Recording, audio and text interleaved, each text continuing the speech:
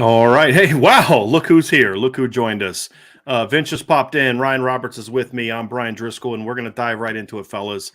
Notre Dame just lost to Stanford 16-14 in the game. Notre Dame was a 16.5-point favorite to a team that has not beaten a FBS football team since last October 2nd. They have lost 11 straight games to FBS opponents, and Notre Dame just made them look like Stanford in the beginning of the 2010 decade. That was, guys, we're going to talk offense, defense in a minute, but I just want to kind of go big picture here for a second. That was an embarrassing display by Notre Dame. And there's no like, oh, this side did well or this side played good enough to win. None of the sides. The only side that played good enough to win was special teams. That is it. And that was this is not going to be a show where we're going to pull punches and try to give you a happy spin. If that's what you're looking for tonight, I'm sorry. We're just not going to be able to give that to you tonight because there's no excuse for this, guys. This is not a good football team. Stanford, I'm talking about. And you lost to them. And in your 3 home games this year, you lost to Marshall, you lost to Stanford, you barely beat Cal, who tonight lost to Colorado. There's nothing. There's no positive to take out of this tonight, fellas. This was an embarrassing performance by Notre Dame, Ryan.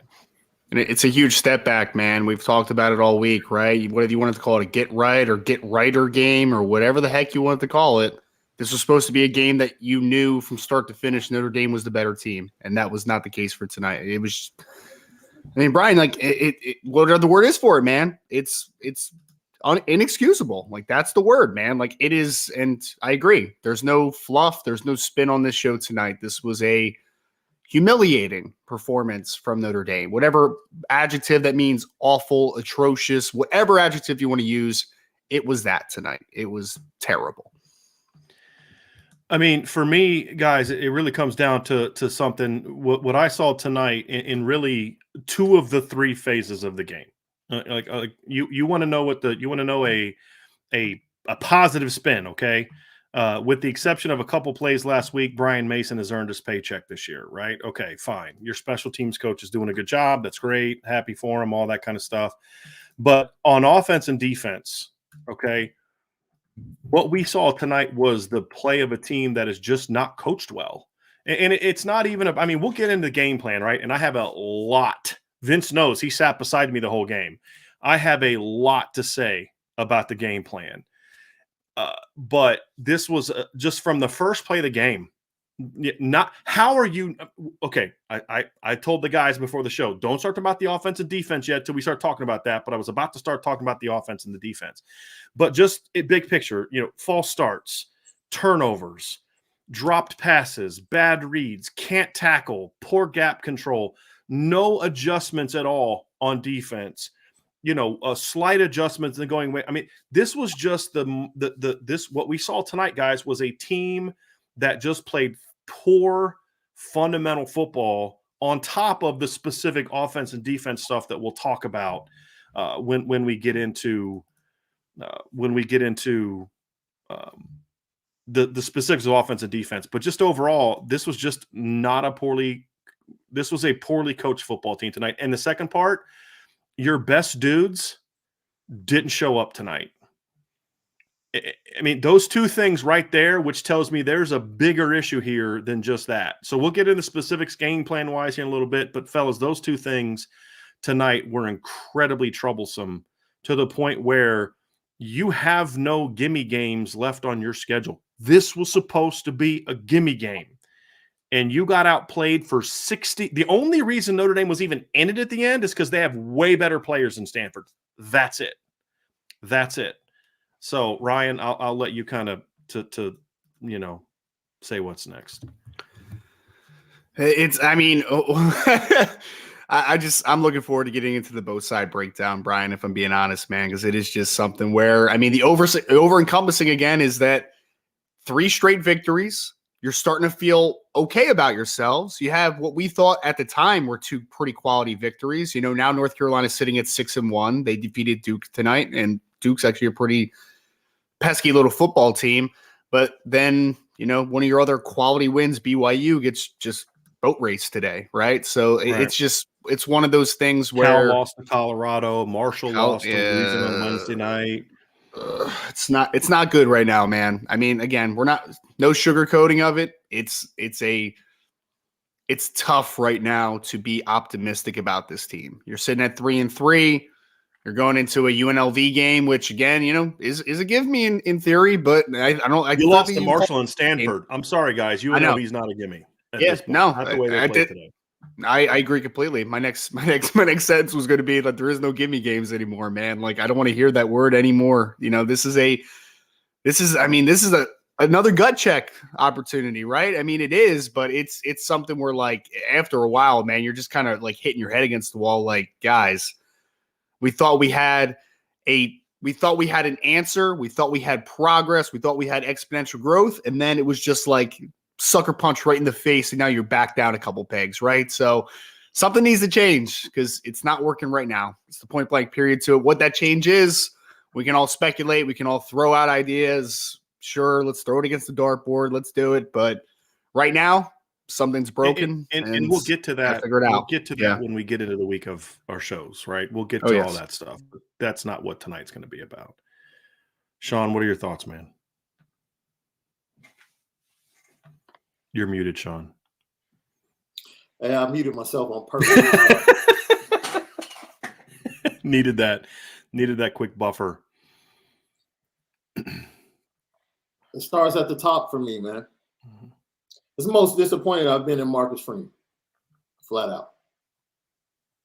Team was just woefully unprepared tonight. Woefully unprepared.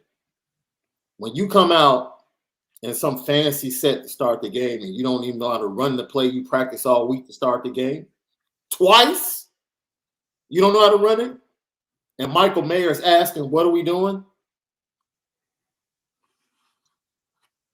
There's nothing more I can say. They run the ball for darn near 5 yards a clip. Why are we being cute? This team gives up 219 on the ground. Run the ball. Run the ball. And oh, by the way, all of that crap that I gave you credit for and had your back, all of that crap about what you show us in practice means a lot. We want to trust you. And in order to trust you, we have to see you practice hard. That goes out the window. Because I don't care how great players look during the week. If they're trash on Saturday, don't play them. Period. Something has to change. Yeah. Undisciplined. Penalties. We're not talking about youngsters. We're talking about 87. Right. Just holding penalties. Drop passes in the fourth quarter. Once again, when he's needed. Look, it's at a point now where any hope from this fan base was just taken away. Mm-hmm. Sean, you know what? Go ahead, Sean. I'm sorry, man. I'm just because you said something that I just wanted to hit on for a second. Because I'm on Twitter, I'm on the message board, and I see people talking about the officiating tonight. Big difference in the game. Okay. Yes. Was officiating bad? Of course it was. Yeah. But it shouldn't have made the difference between winning or losing this football game. That's the point blank period to it. You were a much more talented team. So I don't want to hear about the officiating. I don't want to hear about it tonight. The officiating was bad. It cost Notre Dame points. It flat out gave Stanford points. But I'm glad you said that, Ryan, because I was going to say it next. Don't come to me. Now, look, I tweeted, that crew is a crew that if I'm Jack Swarbrick, I'm going to, whatever comes from that crew never does another Notre Dame game as long as I'm alive. They were an awful officiating crew. But again, shouldn't have mattered. You should have beat this team by 30. It shouldn't have mattered. It shouldn't have mattered. Unless they're going to remember the Titans which they didn't do. You know what I mean? We're just going, every time you have a big play, they're going to call it back, right? That's not what happened tonight. It shouldn't have mattered. I need to jump on a point that Sean made about Marcus Freeman and being disappointed in Marcus Freeman. So my biggest issue with Marcus Freeman is every time they showed him on the sideline, he looked like a fan. Like he couldn't believe what was going on in front of him. And like, I hesitate to, go with the people that are, he needs to be more this or more that on the sidelines and things like that. But he looked like he was reacting to everything that was happening on the field. And it was a weird, like every time they showed him, he was all mad and he was reacting to things that were happening. It was like, dude, you should know what's going on. Like he felt like he was disconnected from the game, and like he had shown up on Saturday to watch a game, had real good seats. And I don't want to throw Marcus Freeman under the bus too much, but at the same time, buck stops at the top, right? And that is part of it. And this team was unprepared, and he did hire the coaches that prepare this team, and he is the head coach. So not all of them. Well, not all of them. But he still would have. He still would have. We think that's what he. Well, he said that. Yeah, that's what he tells people. I want to say this too, Vince.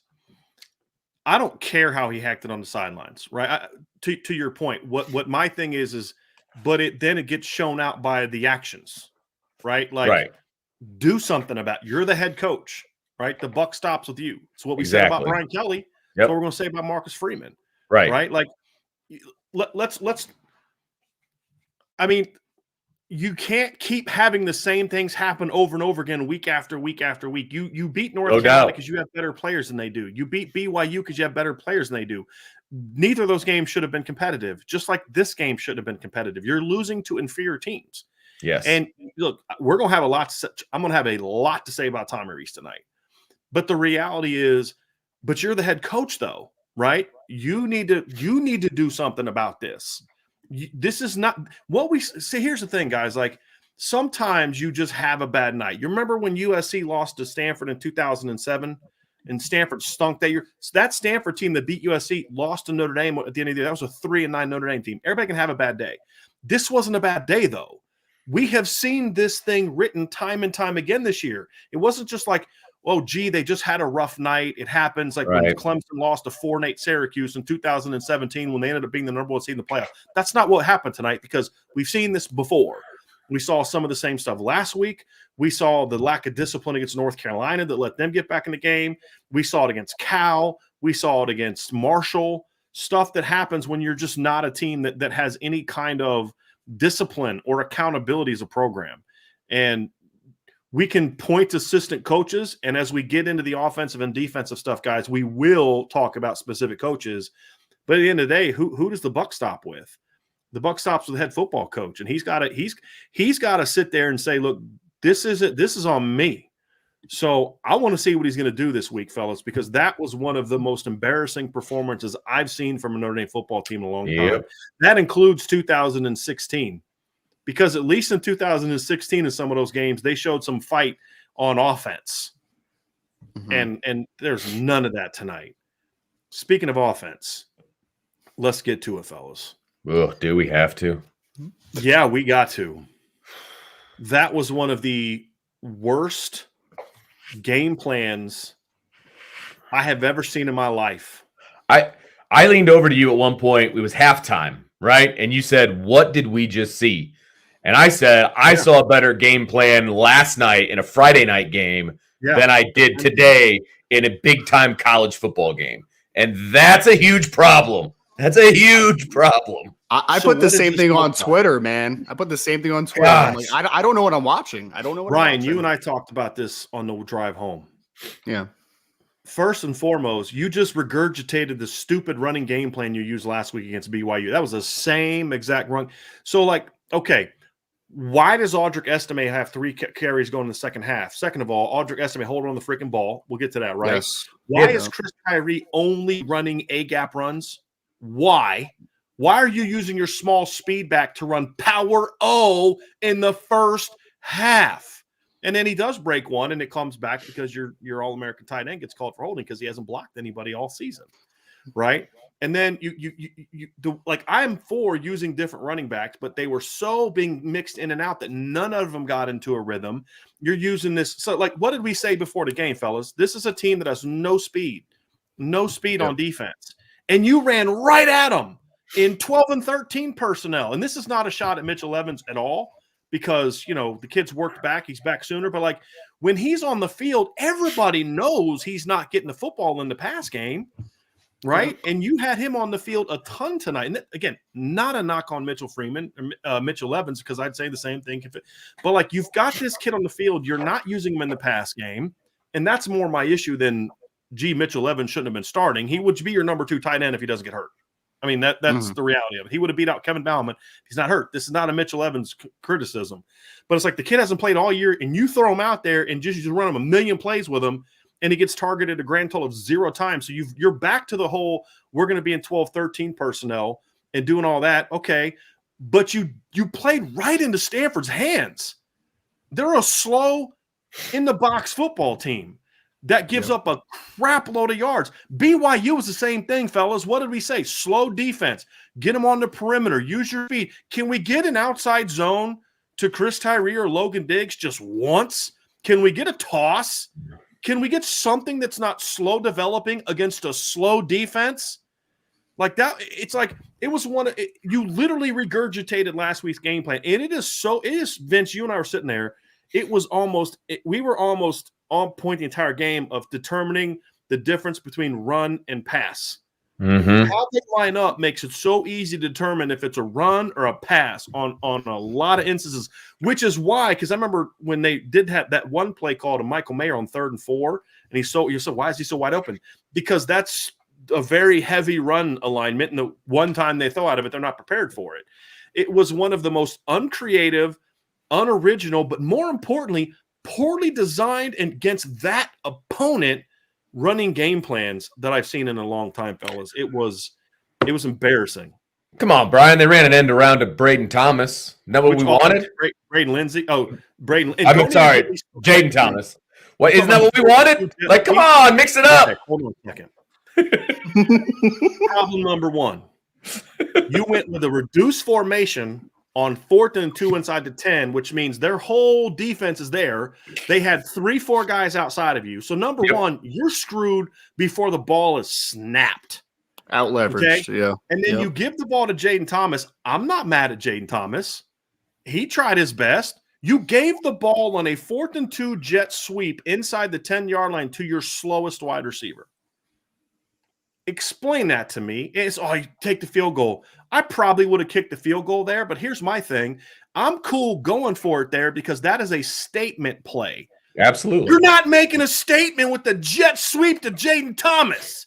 If you run off tackle and they just stop you, or you run downhill and they just stop you, prop Stanford. Good stop, fellas. Good job. You ran a jet sweep on 4th and 2 against Stanford inside the 10. That was embarrassing. I mean, and there was a lot of stuff like that. Like the reverse to Braden Lindsay was incredibly telegraphed. I mean, the whole defense knew what was coming. He got chased down from behind on that, by the way. And you're spending the whole game attacking the middle of the field with a bunch of vertical pass stop routes against a slow defense. You're playing right into their hands, fellas. It was one of the most disgusting game plans I've ever seen. Like everything we said they should do in our keys to victory ran on Thursday, they did none of them. I know. None of them. You scored 0 points in the first half against a defense that came into this game giving up 38.5 points per game against FBS teams. And if you go back to last year, their last 8 or 9 games against FBS opponents, they're giving up over 40 points a game. And you scored 14. Correct. 0 in the first half. And players got to do better. There's definitely criticism we'll have of the players. We're going to talk about that.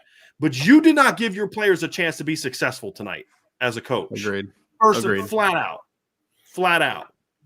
Sean, what are your thoughts on that? You're right. And I'm done. You're right. Vince, I'm so glad you got pants on right now. That would have been so I said this earlier, and I felt this. I would much rather have watched. First of all, do you understand? I felt like I was put on punishment by my parents to turn from that Tennessee-Alabama game, seeing that offensive football, and to have to watch this. I said to myself, I would much rather go put 2 computer generated teams on Madden and watch them call plays than to watch what Tommy Rees put on the field tonight. Sean. Period. Sean, It was absolutely ridiculous, Ryan. You know it was. Sean, you went into the game watching a great game into the game and then had to watch that. I had to turn on the Duke North Carolina game after the game ended because I'm like, wow, look at these offenses that are pushing the ball down the field and doing creative things, and it's incredible, man. I'm like, wow, imagine have some of the talent offensively that Duke has, right? Like fantastic. Riley freaking Leonard, guys. First of all, can we say this? Every kid that can get into Duke can get into Notre Dame. Yeah. So, okay, don't talk to me about that. Don't even talk to me about that. And what does it say about you as a coaching staff that it takes you 6 weeks to teach Tobias Merriweather how to run a post route? A post. I'm saying that with sarcasm, by the way. I'm saying that with sarcasm, by the way. Like, guys, this was bad. Should have had 2 touchdowns, Tobias. It was crazy. Drew Pine played awful tonight. Oh, yeah. Awful. And we'll talk about some of his mistakes. But you put that game on Drew Pine's shoulders. Why? Yes. Why? That's not fair to Drew. Like, it'd be easy for us to sit here as Buckner supporters, like, oh, this is why Buckner. No, bull. We're going to talk about what Drew did well, and we'll talk more about it tomorrow. He stared down Michael Mayer the entire game. Shocker. That's what he did last week. So where's your quarterback's coach to correct that? Again, why we always say be process-driven, not results-driven. Because, hey, it worked. Caught 11 passes. Yeah, but what did we say? You're not going to beat other teams with that. I thought we were talking about Clemson and USC, not freaking Stanford. But where's your quarterback's coach? Where's your quarterback's coach to teach him and get him not to do that? I mean, do you need to scream at him again and tell him to do your effing job again? How about you coach him up to play better? How about you not put the game on his shoulders in that fashion? I mean, is that too much to ask, fellas? I mean, is that out of line?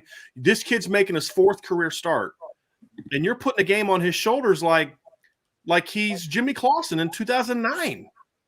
I mean, it's like, yeah, Drew's got to play better, and we'll get to some of the stuff he did, fellas. But that's on you as a coach. Why did you put that game on his shoulders the way that you did? It's frustrating. We were hearing from certain people that Drew is the main reason for the turnaround. Right. And again, I don't want this to turn. And Sean, I know what you're saying. Like, I don't want to turn this into like a Drew stinks. He stunk tonight. He did. But you should have put this game on his shoulders. I just want my quarterback to know that when it's 4th and 8, it means we need 8 yards or more. Mm-hmm. That's quarterbacking 101. So you're talking about maybe the 4th down, the last play of the game, when not only did he throw it into the dirt, but the receiver ran, what was it, 4th and 7 or whatever? He ran a 5-yard route. Like, what are we doing? Vince, it was even worse because it wasn't even a momentum route, right? Like, it wasn't even when he was running a crossing route. Right. He was running a slant. He was literally running a stop. He ran it short of the sticks on literally the last play of the game. It was 4th down and game. And you run it. Quarterback threw it there. And he threw it there. Yes. What? I mean, if that's not a microcosm of the entire game, I don't know what is. Since it's a microcosm of a team that is not well prepared and coached. Yeah, absolutely. And it's especially true on offense. And like this whole scan thing, what did we say last week, fellas? Yeah, it worked last week to a degree, but you can't keep doing this week after week after week because it kills your momentum. It's horrible. It kills your momentum. It killed my momentum as a fan. Like, I'm watching the game. I'm like, come on. Here's the thing. Yes, you get to look to the sideline and make a call based on what they're doing. But any defense, you got out-coached by Lance Anderson, for Pete's sake. They've been giving up over 30 points a game for 3 years in a row, and you scored 14 freaking points on them. Lance Anderson out-coached Tommy Rees tonight, guys. And one was a bomb. But when you look to the other side and you do the scan, guess what? The defense can check too. And a well-coached team is going to watch the BYU game and say, hey, fellas, we're going to line up in this. And as soon as he looks over, we're then making our call. Yep. Like guys, this is not rock, but it's the incessant need to get the perfect call because I got to show how smart I am. It's a lack of trust in your players because I got to get the perfect call. How about you run your freaking offense and let your guys go play? How about you put number 15 in the game and throw him the freaking football? You're telling me that Tobias Merriweather just now learned this past week to learn how to run a freaking post route? Are you kidding me? He just figured it out on Wednesday heading into the Stanford game, guys. He just learned how to run a wide. He should have had 2 catches for 2 touchdowns tonight. Yep. And you're telling me and guess what? You put a tall kid with speed on there and he can run past the dang defense. Shocker. Guess how many targets he had the rest of the game? He was the only one that could get on top of anyone all night, too. I mean, they kept trying to throw like back shoulder fades and stuff to Lorenzo. Like Lorenzo just couldn't stack anybody, man. It just couldn't happen. You missed Braden Lindsay on that wide open ball at one point. Like yeah. Oh, that should and Braden Lindsay was open twice on deep balls, so it should have been for touchdowns. Yeah. Brian, I'm going to somewhat disagree with you on Lorenzo on the back shoulder that should have been pass interference. He had the guy stacked. Vince and I were watching. He had the guy stacked. That ball's got to get thrown out over top. Right. He's got to put that thing over top. You can't run he talked about leverage, right? Remember, Ryan, we sat there and explained it.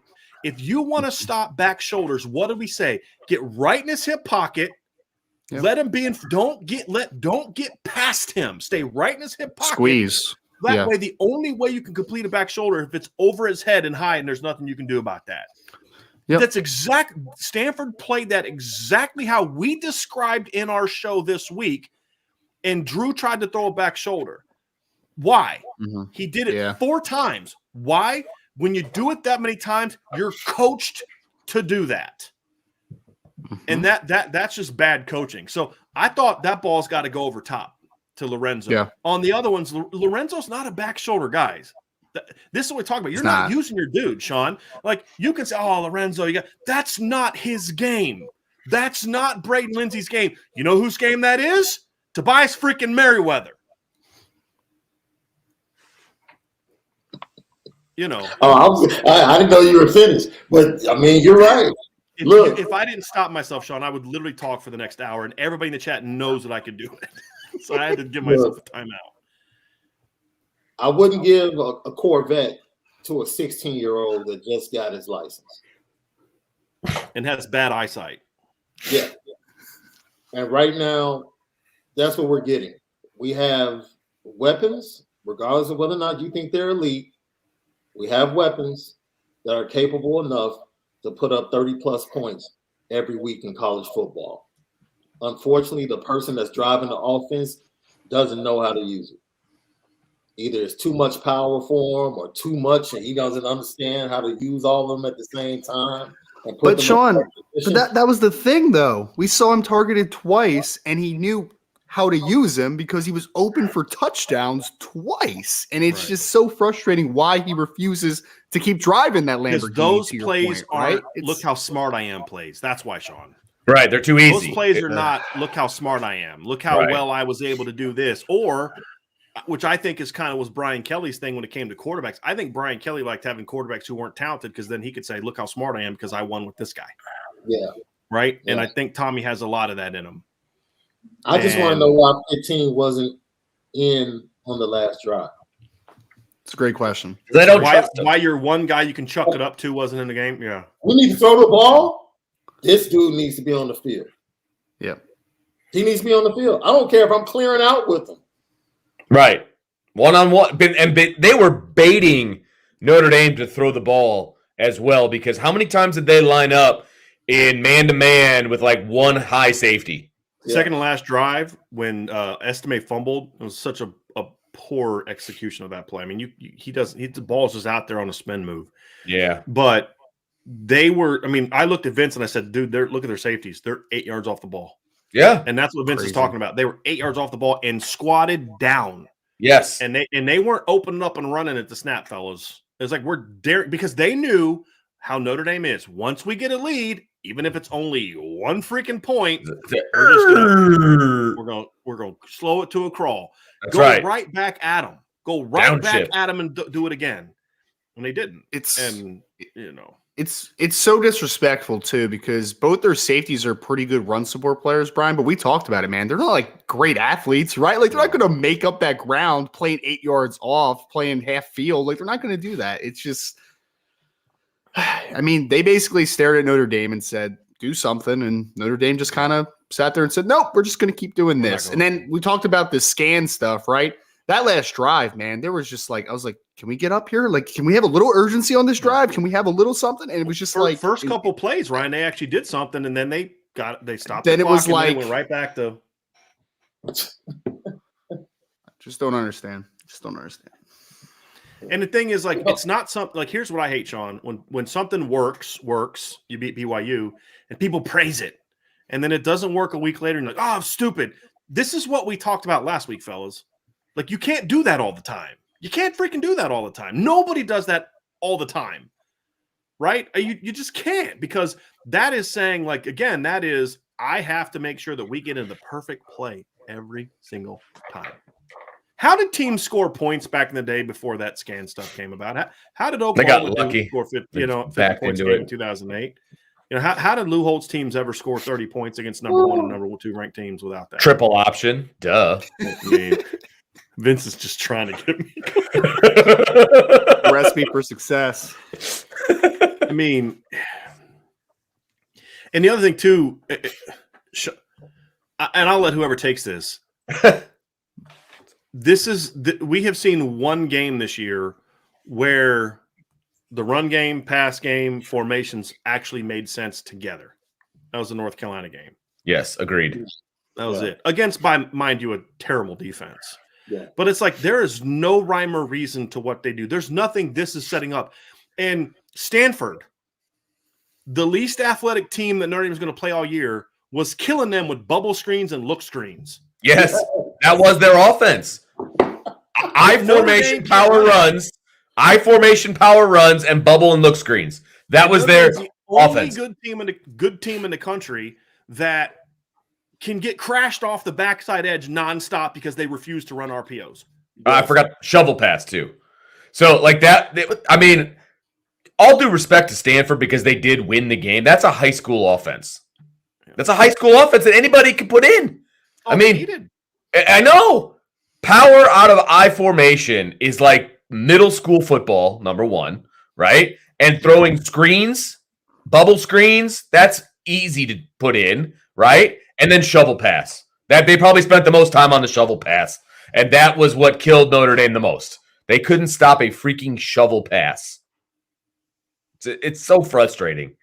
People love stats. People love stats, Vince, right? So here's some stats. Okay, give me. Notre Dame got shut out in the first half against a team that is averaging to let up 32 points per game heading into the game. You scored 14 points on a team that averaged, again, to give up 32 points per contest. You held Stanford to 16 points in a vacuum, and you lost the football game. Stanford ran the ball 40 times for 99 yards, which is 2.8 yards per carry, and you lost the football game. There's the stats for you folks. Like it's pathetic. Much. Yeah. And can I say 99 yards is too much to give up to Stanford when you have Notre Dame's players? Yeah.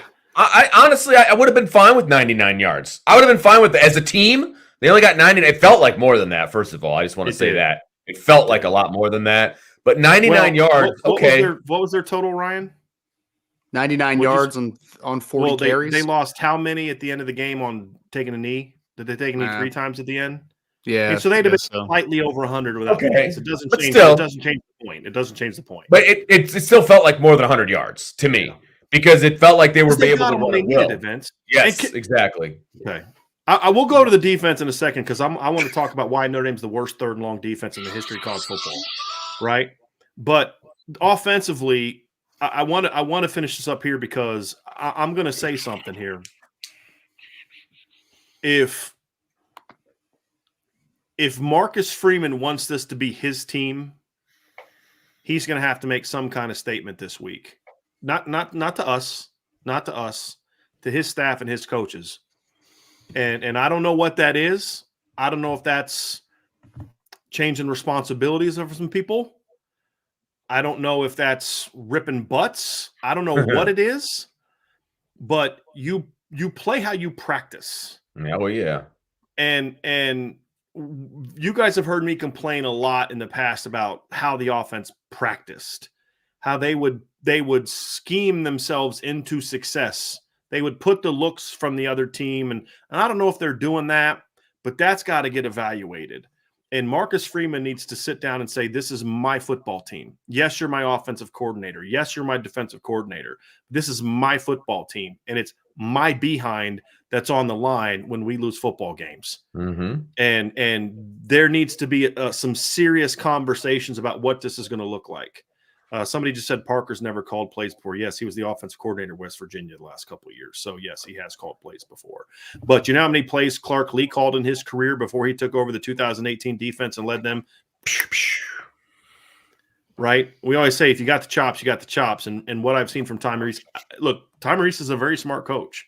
But as I said to a buddy of mine on the chat last week, being really smart, X's and O's, doesn't make you a good offensive coordinator. Because an offensive coordinator is about teaching, it's about instruction, it's like I've said this before, it's like a symphony, right? Mm-hmm. It's not about like you're a great guitarist. You can be a great guitarist and suck as part of a band if you don't know how to play with everybody else and use all the instruments together, right? And it's a symphony is something where you got all these moving parts playing together, building together. These instruments lead to this, explosion by this instrument over there, right? It all builds on each other. This is a bunch of hodgepodge stuff that you're putting together. Ooh, this play might work. That play might work. This might work.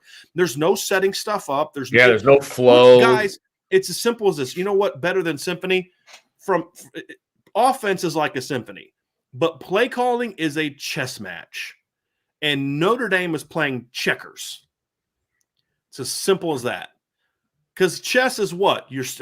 I'm sacrificing this to set this up, right? Meaning you make certain moves to set up other things. And Stanford did that tonight. And checkers might be – you might be giving Notre Dame a little bit too much credit. Connect four? I was like tic-tac-toe or something. Tic-tac-toe. I mean, I was playing tic-tac-toe like my 4-year-old. By the way, no one has ever beaten me in tic-tac-toe. Just putting that out there. If anyone wants to smoke at any point. Sure. Whatever.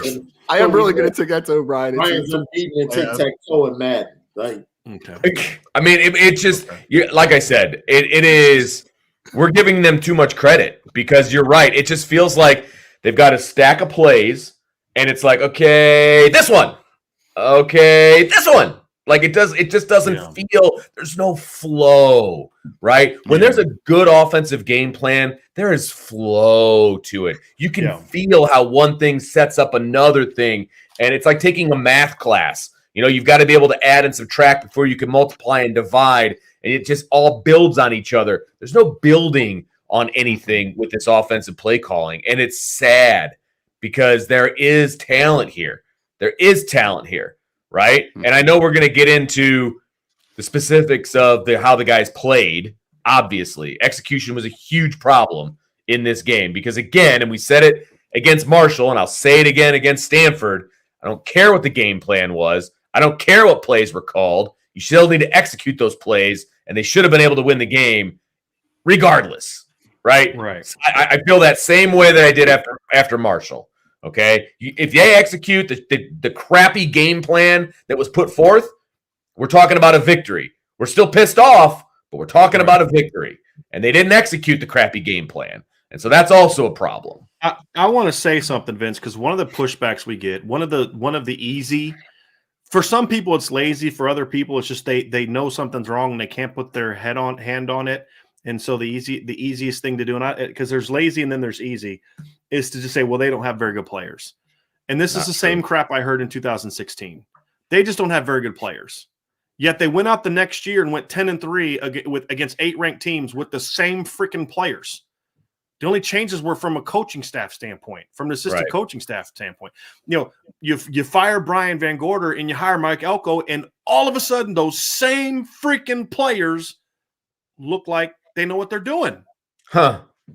Right? So I get tired of they just don't have good players. Yes, they do. They're just not using them correctly. And it's not just game plan. There is there is some sort of disconnect going on in practice that this team is just not getting prepared to play at a high level on Saturdays.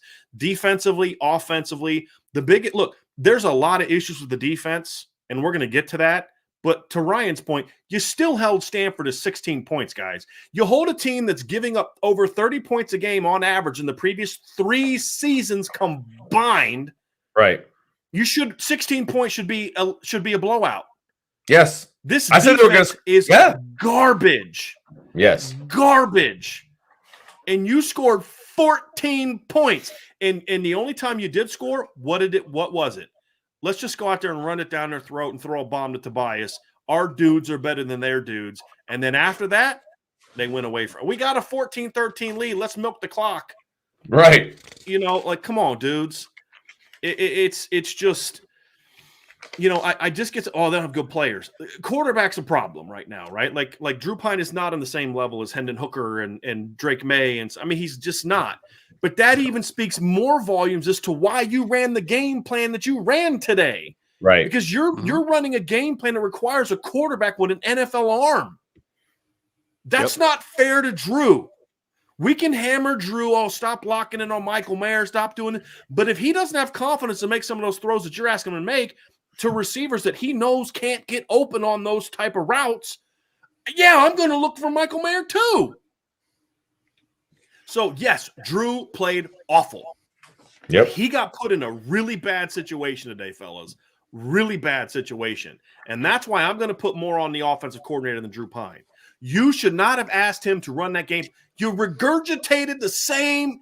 It's like he went into the game today and, oh, my God, I can't find my call sheet for today's game. I'll just grab the one from BYU. I can use that one. That's what it looked like today. Guess what? Stanford was prepared because they watched last week's film. Right. No crossers against the slowest defense you're going to play all year. No climbs, no levels. You finally ran a post route and a wide fade to your best talent. And guess what? They couldn't cover them. Who knew? Who knew? Who knew that Stanford's guys couldn't cover Tobias Merriweather? You, and all 1,600 freaking people in the chat tonight. My mom, I called my dad. You guys are going to love this. I called my dad afterwards, and my mom's in the background, and she's pissed. She's a coach's mom, right? And dad said, hey, mom thinks he's doing this on purpose. And I was like, nah, he's not doing it on purpose, right? He's truly not. But I said this. But if he was, what would he do different? So again, I'm not saying he is doing that. Okay, so hear that. But my point is, that's how bad what we're seeing is. That my mom, who knows football, she's a coach's mom. She's been watching football for 30 years. It's like, that just is, it's so bad that it's almost like he's throwing it. He was like Sonny Liston against Muhammad Ali. It was so obvious he was throwing the fight. You know what I mean? Like, it looked like that. It's like he had Stanford in the points, man. That's what it looked like to me. Yeah. I mean, again, we're not saying that's it's true. A joke. I'm joking. I'm joking. I know you're joking. Yeah, Vince, I'm not there saying will that will run to another word, dude. Vince is going to get a investigation happening. He's point shaving. He's point shaving. I get a call. Did you guys really just say the time? No. You heard it here first. He's point shaving. The point is, guys, you put your kids in a bad situation tonight. Right. Yes, absolutely. The players got to play better. Mayer's got to play better. Lyons got to play better times. Drew's got to play better. Lorenzo's got to play better. Tyree has to line up correctly. That's not a mistake a junior should make. No. But again, it's another sign of a poorly coached football team. Right. An ill-prepared. You couldn't do. I want to explain to people. This is how a game plan works. When you have your script, you literally start practice off with it multiple days. Thursday, you will literally go through the script. They knew they were running that play. It was not something like, it doesn't work like this. Right before we go out, okay, let's see what we're going to run here. All right, guys, let's go with this. And then you run out there. You knew this was going to happen. How are they not prepared for it? Yeah, 2 days ago. Prepared to run it. So yes, guys, Drew Pine's got to play better. Yep. No doubt. Mm-hmm. Mm-hmm. Other guys got to play better. But this starts at the top of the offense with the offensive coordinator because you're not putting your guys in position. And when it's happening across multiple positions, again, that's a coaching thing, fellas. Yep. Lorenzo Styles has not once looked this year like he did as a freshman last year. So I'm just supposed to believe that he had talent, or was Jack Cohn so good that he made Lorenzo Styles look like a big-time receiver? Is that what I'm supposed to believe? Is that what I'm supposed to believe? Well, so it's really frustrating too, Brian, because like talking about getting guys in positions to make plays, right? So Lorenzo Styles, I felt like, and I'm going to go back to the film and I'm going to take a deeper look at this, but we've talked a lot about recently that like, hey man, he looks a lot more comfortable in the slot than he does outside right now, right? Like we've talked about that a ton. I felt like he was playing outside a lot tonight. I could be wrong about that, which is why I'm going to go back to the film. Could be wrong. What was also very successful for a couple games early in the season, getting the running backs involved in the passing game. Was that a part of the game plan tonight? Didn't see that once, if I'm being completely honest. Yeah, no, they ran that. They ran the one route. They ran the one route to Estime on underneath 20. Right, they ran an angle route to your slowest running back.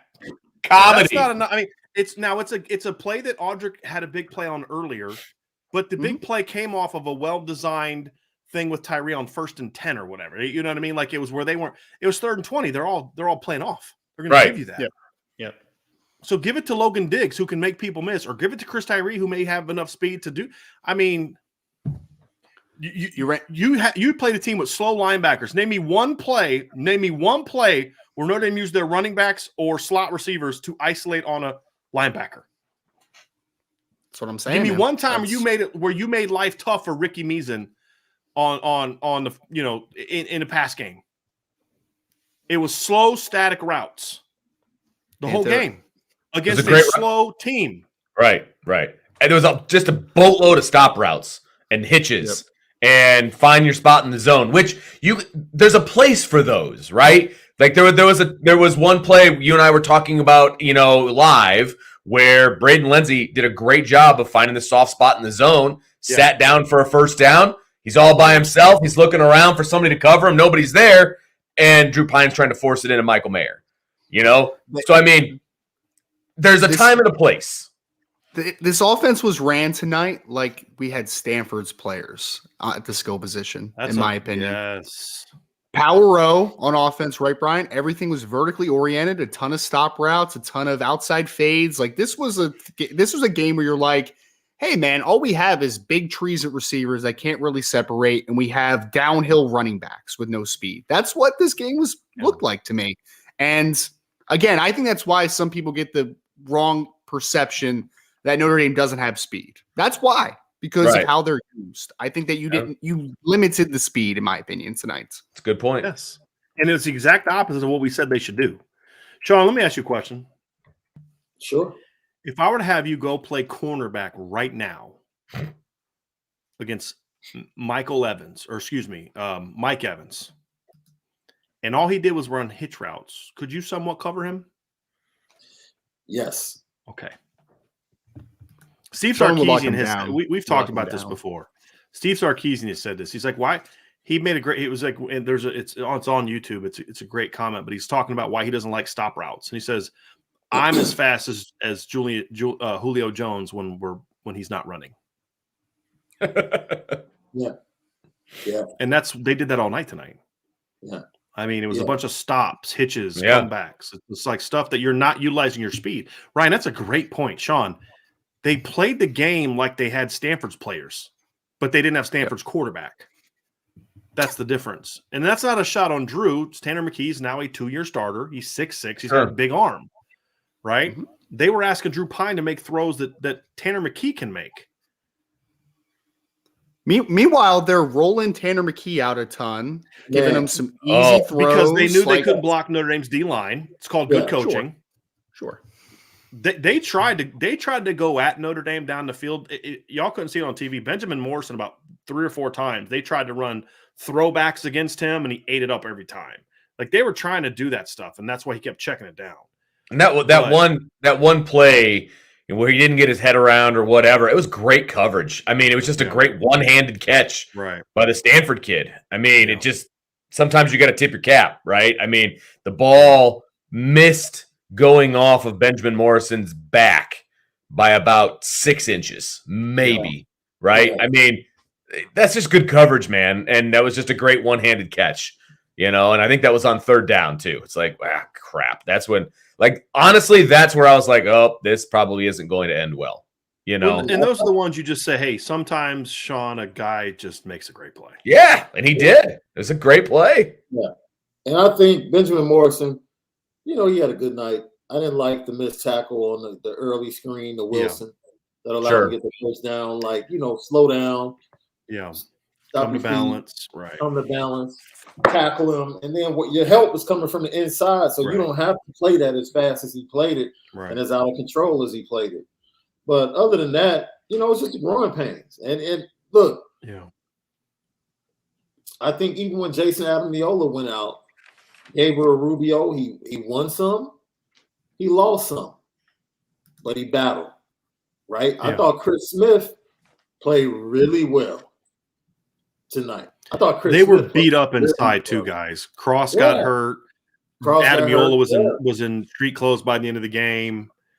It was Yeah, so it was a lot of positives that came out of tonight's game.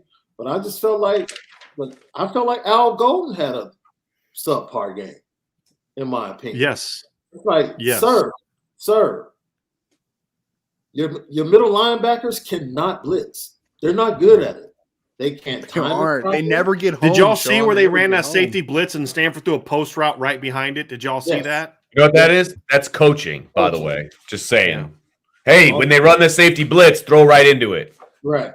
Shocker that worked. On top of it, why do you blitz on 2nd down every time? Like, everybody sees this. They watch film. It's almost like Notre Dame feels like their film is invisible every week. And no one else is going to pick up tendencies and see what they do and coach their team to go against that. And tonight, all we saw David Shaw do was say, these guys are going to do the same thing. Trust me.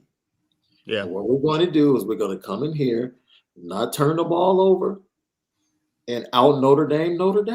That's what we're going to do. We're going to out Notre Dame, and come away with the victory. And sure enough, that's exactly what they did. You know what's crazy? You know what's crazy about Notre Dame's defense? Notre Dame's defense got severely outcoached, and they still only give up 16 points. That's just absurd to think about. And needed help from the officiating crew to get there because that was a fumble. And even if you weren't sure, you can't overturn it. Like, I don't know how you overturn that. Like, if they would have called it down on the field, I'd have been like, okay, yeah, I get it. Like, leave, because it's not clear one way or the other. Right. But again, 16 versus 13, that's not why you lost. Exactly. No doubt. Right. And then the thing that killed me is, like, Stanford, this is what we've seen on defense this year, and this is what frustrates the heck out of me from Al Golden. And again, the defense has played well enough for them to be 6-0. I mean, but the reality is you needed to be even better tonight because your offense sucked. Yeah, exactly. And you didn't make adjustments. Like Stanford, we've seen this from Marshall did it. Ohio State did it. Cal did it to a degree. And we saw it today. They had stuff where if we need a play, we're going to go to this. Right? Like, so it's just bad. Like, remember the 3rd and 10? They ran like an inside zone play because Notre Dame was playing off. Do you know why I did that? Because they were in 2-down territory. How do you not know they're in 2-down territory? You give them 8 freaking yards to let them get in 4th and 2. How do you not know that as a coach? Because they called like they didn't know that. Like, and then this is the worst 3rd and down and long team I have ever seen in my life. How do you constantly allow teams to convert 3rd and long? Like, they never adjusted to the flats. They never adjusted to the look screens. They never adjusted to the freaking shovel pass. The best play they had against the shovel was the first time they ran it. After that, They just kept getting it every time they had to go to it. Yeah, because right? they dropped and I it. think that's partly why we felt like they rushed for more yards, Vince, because the shovel to Yeah. us, to me, is like a run play. I agree. It feels like a run play, you Right. know? But just whenever they needed something, they knew they could go to the flats. How does a team with Stanford's athletes, who are good players, go to that? And for the love of God, can you stop giving up slants, like just easy slants in the slot on third down? It was pitching catch Marshall there. did it. Like, it's like how does that happen? Make him beat you outside. It's not, especially when you're blitzing your inside linebackers. Like, it's just like, oh my God, I'm just gonna lose it right now. It's just simple stuff, guys, and that's the frustrating thing. This is simple freaking stuff.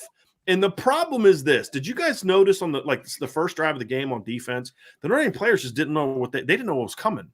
They were because again, you've got two coordinators who think they're the smartest dudes on the planet, and they're throwing all this stuff, but you're not teaching your kids how to play.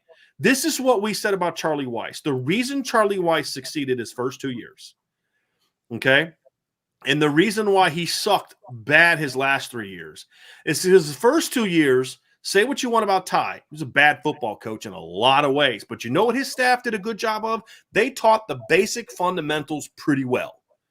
Like Notre Dame knew how to line up. They knew how to play with leverage. They knew how to tackle. They just didn't have very good.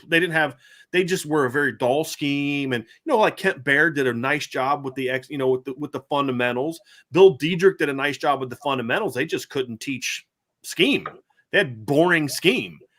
So Charlie takes talented players that know how to line up, block, tackle, run routes, and then he could just out-scheme everybody. But from 07 to 09, it was a bunch of players that he recruited and only his staff coached, and they didn't know how to line up, block, tackle, and do those kind of things. And that's what we're seeing on offense right now, is you're seeing two coaches that want to outsmart everyone, including their own freaking players. Because I don't care how smart I was. One of the best lessons I learned at the very beginning of my career by Mike Donnelly, who was one of the smartest football guys I've ever been around. And he said this to me. He goes, "It doesn't matter how smart you are or how much you know. It's how much you can get your players to know to the degree where they can then go execute and play fast." And there is a line that you can cross where you have now put too much on them and they can't play fast. Right. A good coach knows that. He finds that. And this staff doesn't do that. We are watching two guys that are trying to show the NFL that they can coach. Correct. That's what I'm seeing in the coordinators right now. Because it's about how smart I am. Not, guess what, y'all? There's not a single dude in white that can cover 15. There's not a single dude in white that could cover 0 tonight. Braden Lindsey should have – I saw somebody, Braden Lindsey should never get snaps. You're out of your freaking mind because this kid was open on 2 touchdown passes tonight. Because your quarterback couldn't hit him? Himself. Yeah, exactly. He was open by 5 yards in the end zone on that post route. Drew Pine threw it 8 feet over his head. Right? Mm-hmm. And then with Styles, you're asking Styles – so Styles has got – yes, Styles has got to make those plays, I guess, because you put him there, but you shouldn't put him there. The problem with your comment you made earlier, Ryan, is not that I disagree with you, but you have a lot of guys that look like they're better in the slot. True. The two most natural outside players you have hardly play. Deion Colsey and Tobias Merriweather. Everybody else is better in the slot. And so so if a guy's going to be good in the slot but not great outside, then what you do is you let him play outside, but you do a lot of level stuff, a lot of stuff where you let him run, a lot of stuff where you motion them, and don't let them jam and reroute and things like that. We see none of that. Or stack, man, and do some switches, like do something. Something. I don't know, maybe throw some now screens to your fast guys like Stanford does. Amazing. Stanford has a lot of great after catch players. Yeah. A lot of great after catch players. I guess. Whatever. Let's get Casey Filkins the ball in the open field. Let him run. Jesus. It's unbelievable.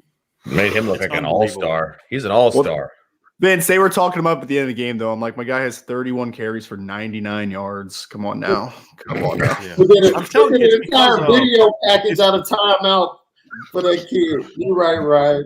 Because he did have the 2 shovels, right? I mean, I think that's kind of what people, look at. Yeah, he accounted for like almost 140 yards of offense or something along those lines, which I mean, that was enough. That was enough to beat this team today. I mean, 140 yards with Because- 50 touches. Here's why the defense was bad, guys.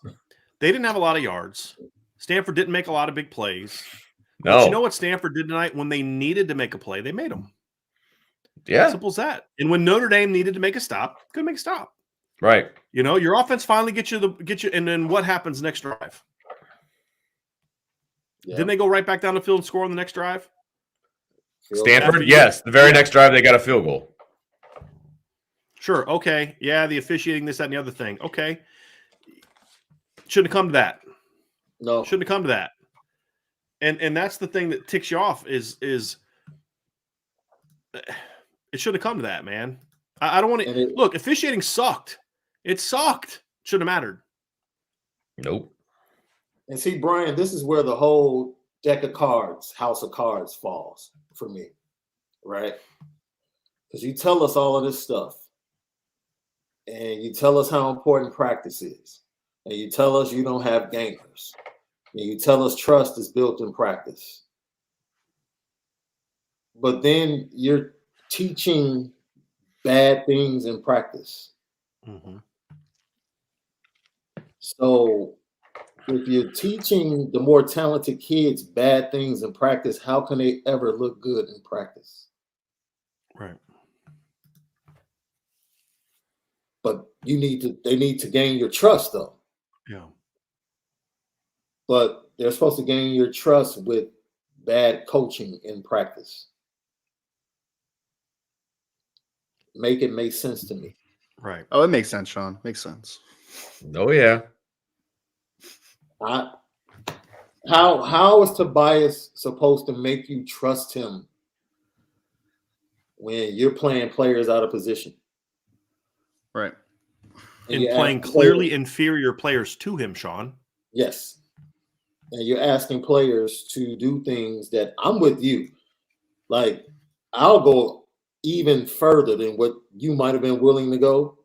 Oh. Mitchell Evans hasn't done anything. What did Mitchell Evans? You're telling me Mitchell Evans came back and in 1 week of practice surpassed Holden Stays and Eli Raritan? Right. Eli Raritan has been blocking his butt off Are for you weeks. kidding I know it was me? a rough week last week, but he's been blocking his butt off. Holden Stays had his first career reception last week. They're both really talented. This is not disrespect to Mitchell Evans, but how does Thank a you player for saying that. coming back from injury in his first game regain the trust that quickly? It's For just that so- many snaps. And you Exactly. want to talk about Snaps is the issue. you want to talk about putting the game on Drew's shoulders, right? As the quarterback, and I get all of that. You're putting a lot of the game on Mitchell Evans' shoulders. I mean, how often were they in 12 and 13 personnel where he was an integral part of what they were trying to do? Right. You know, you can't do that. You can't do that. That's not fair. It's not fair to Drew. It's not fair to Mitchell. No. Also, And why what are we- message does that send to Eli and Holden? I think that's the Holden. point Sean's getting to Absolutely. is this For kid's sure. been hurt since like before the season started, right? Or like early in fall camp, or was it in the spring or in the summer? When did he get hurt? Do you guys remember? It was early. Like he hardly practiced. It was early in spring. Yeah. Yeah, so it was in spring, right, Sean? It was, Yeah. yes, thank you. So he doesn't practice all fall camp. He's coming back. And again, this isn't a shot at Mitchell Evans. This is bigger than Mitchell Evans because Mitchell did okay from what I saw. I mean, but again, it's his first game back. Right. But what signal does that send to the other players that this dude's been hurt? He was your number 3 tight end last year, right? And again, not about Mitchell. Okay, Yeah. Mitchell's a good kid and has a chance to be a good player here. But you could tell he had no burst tonight when he was running. Right. He had no burst. He had no burst tonight when they know they're not going to throw him the ball. But what does that say to other players that you're telling me I got to do A, B, C, and D? I'm jumping through hoops and circles, whatever else to play. This cat doesn't practice up until the last couple of weeks, and all of a sudden you just throw him out there and he's the number 2 tight end and not hard to play, right? Like what message does that send? And then you wonder why your team shows up uninspired. Yeah. You know, I mean, and Brian, like you said, they didn't even respect Mitchell Evans on the play. What was that, the 3rd down play where he overthrew the Renzo late in the game when he went in motion and then went back to the out route and he overthrew him? Dude, Mitchell Evans was wide open on the corner route right behind him. Yep. Stanford didn't even respect the fact that Drew would look at him because they knew he wasn't. Was. Yeah. That's You how know what wide open he was.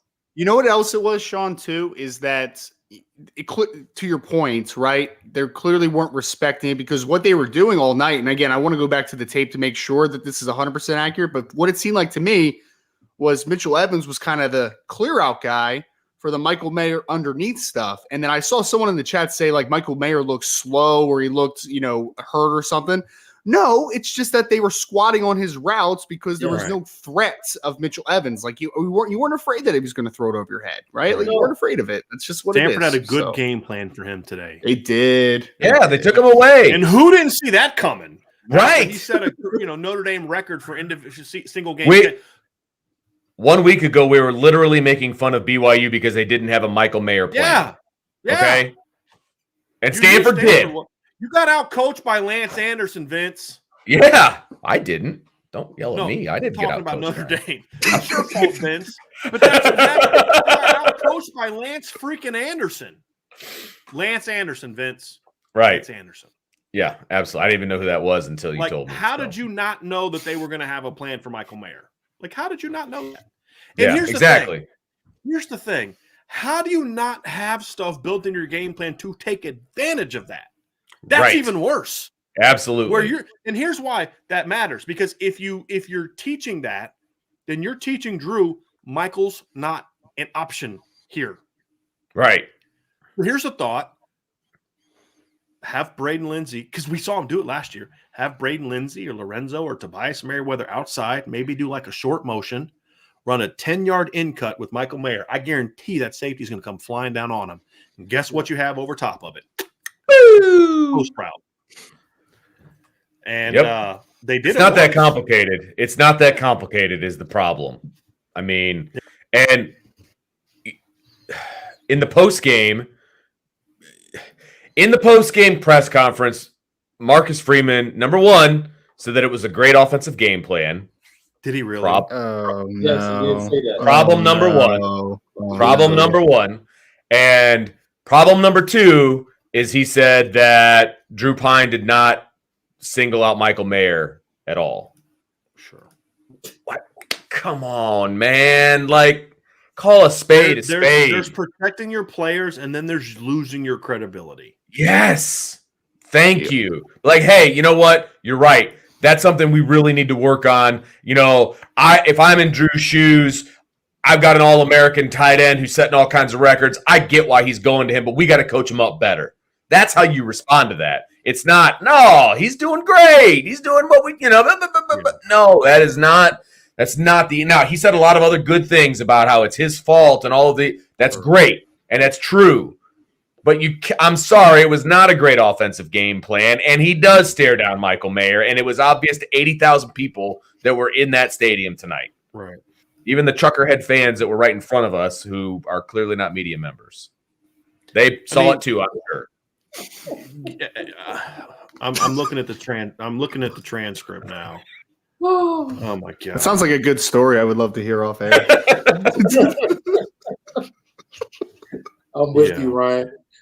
I'm with you on that one. And it ruined a great recruiting day. Also, right? By the way, right. Big commitment from Jeremiah Love today. Was feeling great going into the game, and then deflated. Horrible. It's horrible.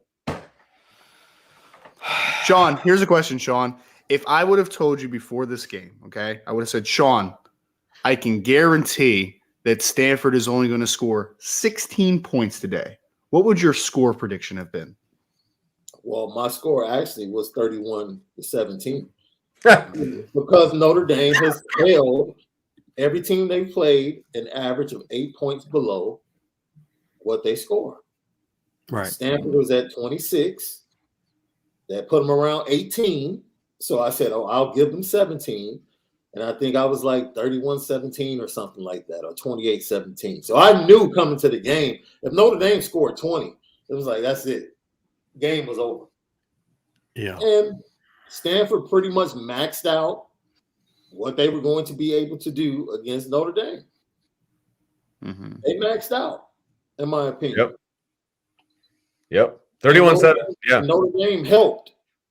Oh, absolutely. And the referees helped. Sure. Right. And I want to respond to this from Mark Brown, guys. He says, sorry, no coach is going to go into the presser and dog his own staff. He'll never get the trust of the staff again if he does that. We're not saying that, man. We're not saying he should go in there and be like, this guy is no, don't say anything about the game plan. Exactly. I read a lot of stuff. I'm reading through the transcript now. There's a lot of stuff. We got to execute better. We got to execute better. We got to execute better, because that can fall on staff too. Say that stuff. That's fine. I have no problem with that. Just don't say that, hey, he didn't do something that we all clearly saw he was doing. Right. Don't say something was great that we all know was dog crap. Right? That's my thing. I'm not saying they're like, yo, I don't want him to go in a press conference and say what I said. Yo, we just got out coached by Lance Anderson. I don't want him to say that. I don't need him to say that. That's my job. No.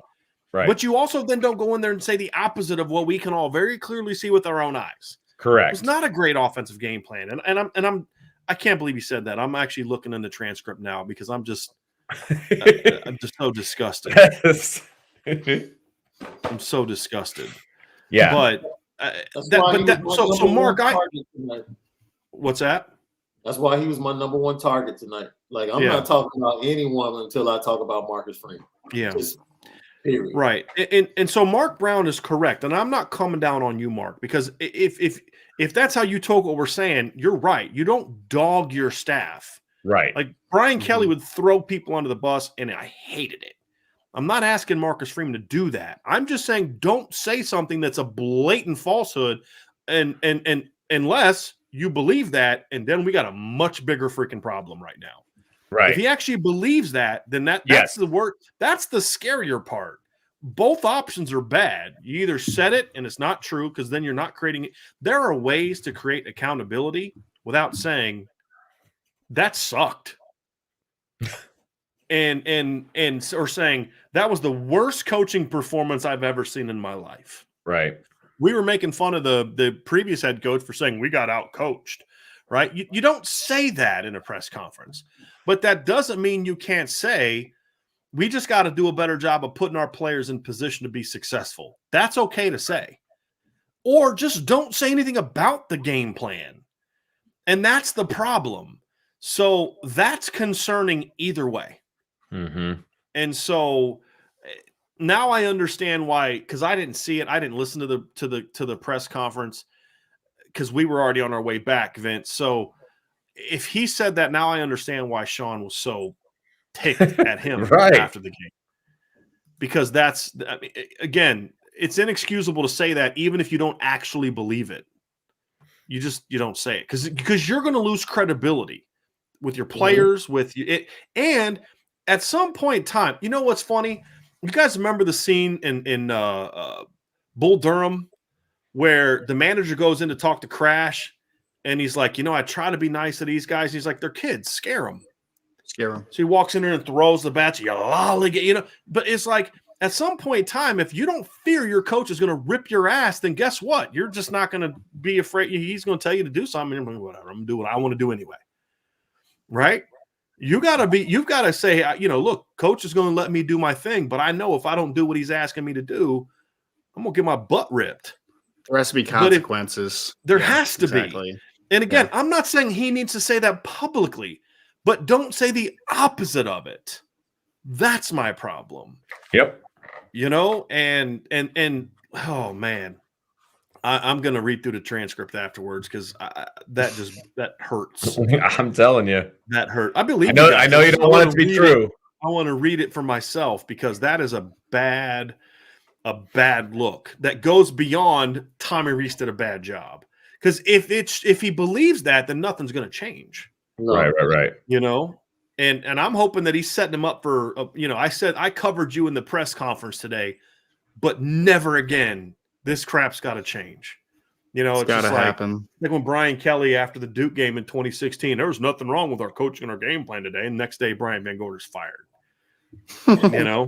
So, that just is disgusting. So you're saying there's a chance. I know, right?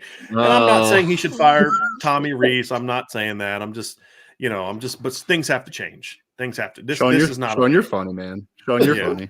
This is not okay. This is disgusting. This is disgusting, man. This is disgusting. I just want to go back to the coaching. Brian, you know me. Every time you've been critical, Ryan's been critical of the staff or something that's been said. I've said I'm going to believe them until they show me different. Yeah. You've pushed back on us at times. This is the first week where they've shown me different. And now I don't know if I can fully trust everything that I'm hearing. Because, dude, look, I don't want to hear you don't like gamers.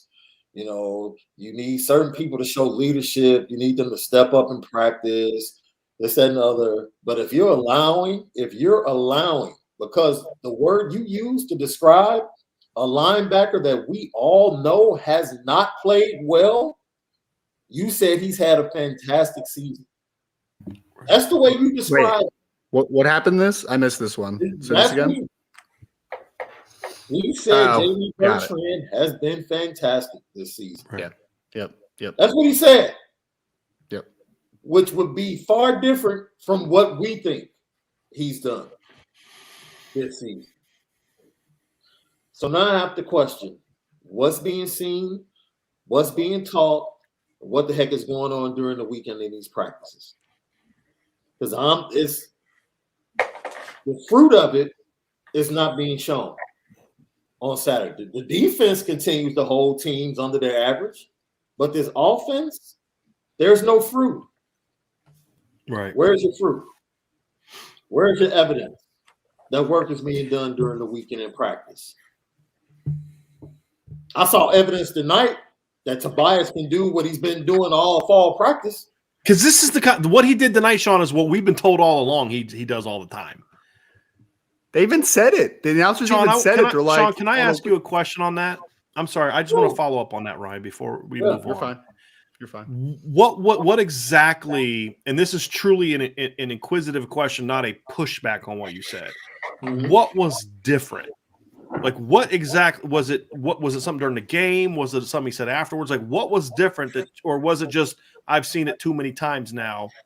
Like, what exactly was different in your view? No, I just don't. I call for the first time. I call BS. Like, okay, I believe you. I believe that's your operation. Okay. Your operation is BS. The way you're doing things is BS. Then, if that's the case, because if you're judging everything by practice, right? Either you're telling me that your guys practice at such a level during the week, and then for some reason come out on Saturdays and just can't execute. Right. If that's because you keep giving the same line every post game. You just got to execute. Right. Yeah, we won or we left points on the field. It's just a matter of us executing. Yes, we've given up big plays at certain points in the game. It's just a matter of us executing. Why does that continue to happen? Right. Consistently. That's the thing, Sean, is you keep saying it, but nothing changes. Nothing changes. Like you can say, like, okay, if he just said what he said about JD last week, you know, and he's just saying that publicly to protect JD. Let's just say that's what we think he's doing. Right. But then we come out and see the next week, nothing changes. Nothing changes. So, I mean, that's why I feel like I'm starting to believe that maybe he actually thinks this is okay, and the players just aren't executing. Well, if the players aren't executing week after week after week, there's something you're doing wrong from a preparation standpoint. J.D. Bertrand didn't suddenly become a worse football. Like, think about it. Think about how many players on that defense have regressed since last season. Because here's the thing I'll say. If Isaiah Foskey, Jason Adamiola, Cam Hart, and J.D. Bertrand were all the same players they were last year, then this football team is 5-1 right now. Right? This team is not as good of a football team as they were last year, and players are worse. So whose fault is that? So I'm supposed to believe that all of those guys, Braden Lindsey's a worse. Well, no, I'm sorry. Lorenzo Styles is a worse football player than he was last year, right? We could go down this list for a little bit of these type of guys. So my question is, am I to believe that all of those guys didn't do the work this offseason, or could it be that the thing that did change, the coaching, is the problem? And you got to be willing to look in the mirror and say, hey, fellas, we are doing what because no coach goes through the week of practice like, this crap is not going to work. We're going to get so killed this weekend.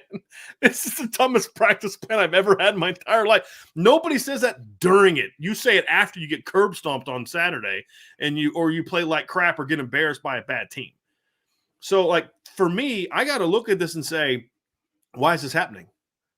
Why does Alexander Ahrensberger play less this year than he did last year? Right? Yeah. Why do all these guys regress? Why are all of our best players regressing? Why is a freaking freshman cornerback our best defensive football player right now?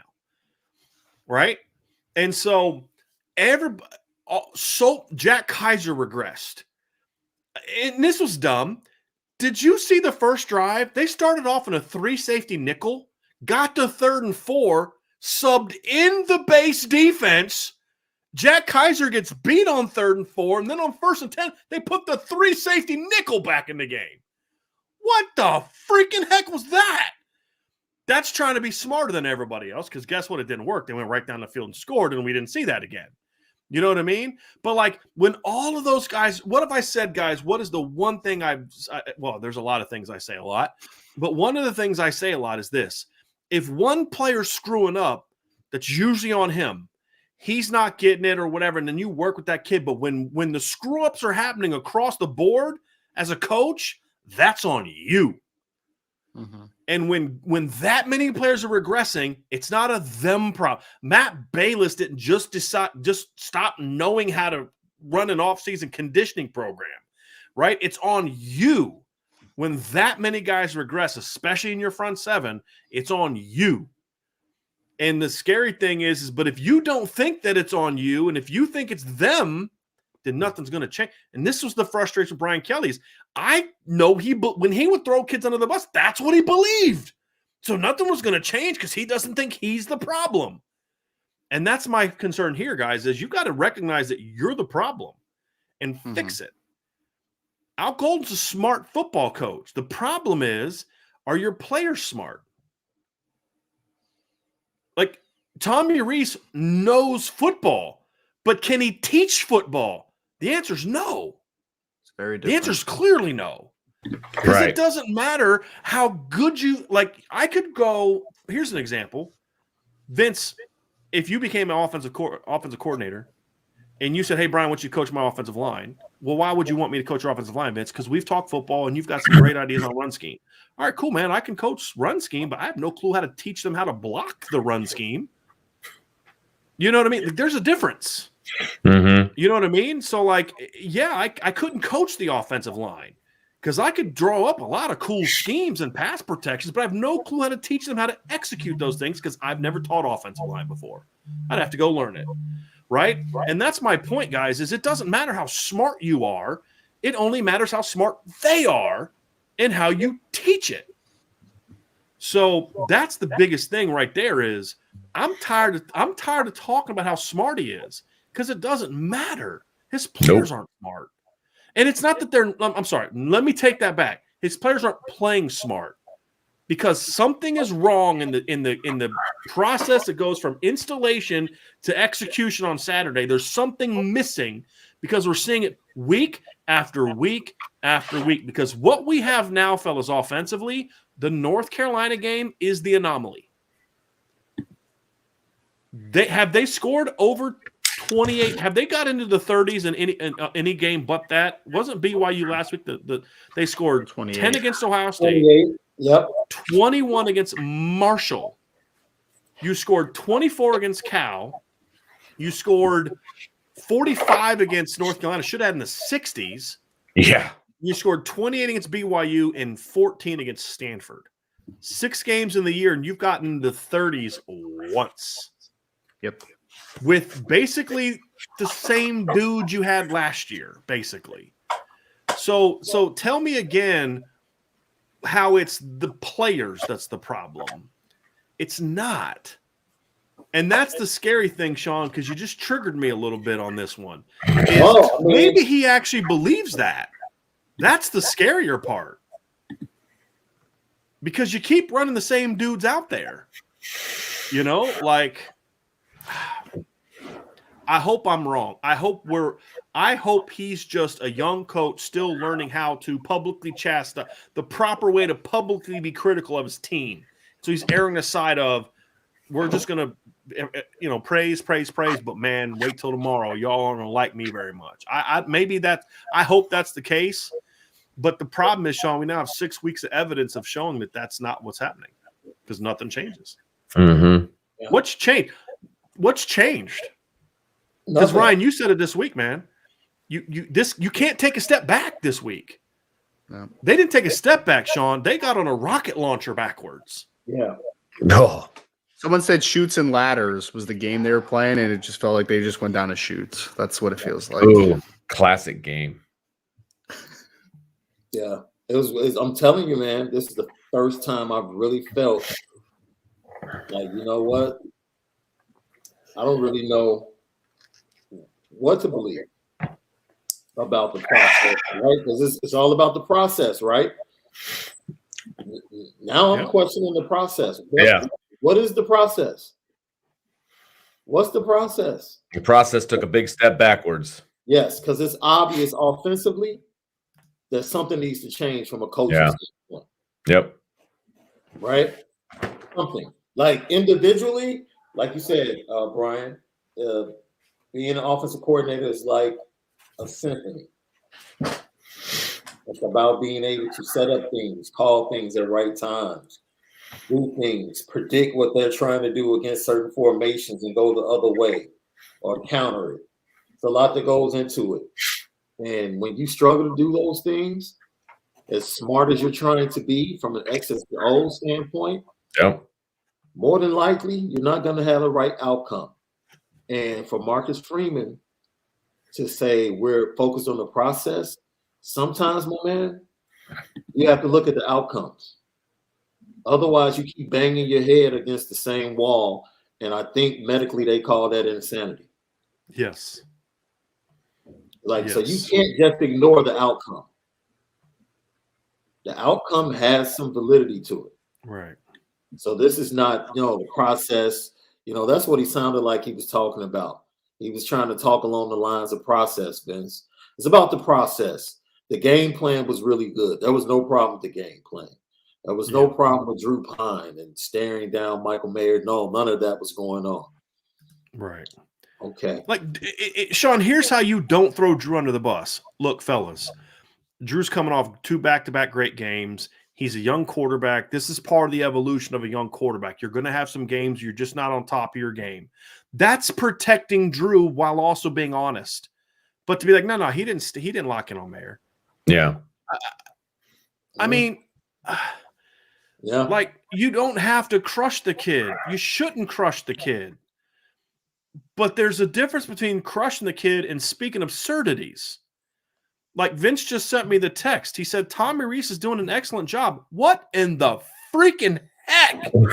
I'm not saying you got to say Tommy Rees sucked. He would be wrong to do that. Because good luck hiring a good offensive coordinator when you went out and said, this guy sucks. But you don't have to say the opposite. Right. Verbatim, this is what Vince sent me. Did you copy from the transcript, Vince? Yep. It's copy paste. Ball, that second last series, and we fumble. It isn't like I need to speak up and say, Coach Rees, you're not doing a good job. No, he's doing an excellent job. What the freaking heck? So that fumble by Estime should have meant they only scored 42 instead of 49. That's what that fumble should have meant. Yes. Like the North Carolina game, they only scored 45 instead of 52. It doesn't mean you should have lost to Stanford. 11 straight losses to FBS teams, fellas. 11 straight losses to FBS. Haven't beaten an FBS team in over a year until now. There's no way he believes that. I don't care. I don't believe it. I don't believe it. This is what I'm talking about. Marshall beats Notre Dame and immediately gives up 34 points to Bowling Green after holding Notre Dame to 21. Notre Dame beats BYU 28-20. And Arkansas puts up 52 at BYU. You can't ignore the outcomes.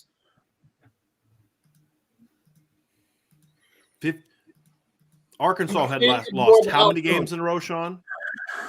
How many games in a row had they lost? What was it?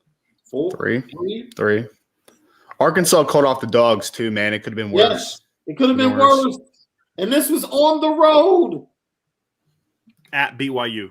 At BYU. Like, what are we talking about? Yeah. Ryan, I just looked at it. They only scored 7 points in the fourth quarter. It was 31 points in the first half. Called it off. Yep. Arkansas had 644 yards of offense in that game. Ran for 277, threw for 367.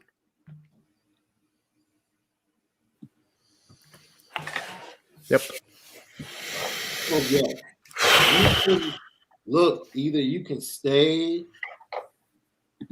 with what you feel like has been a good thing and try to see it through, or you can actually go back to the drawing board and say, you know what?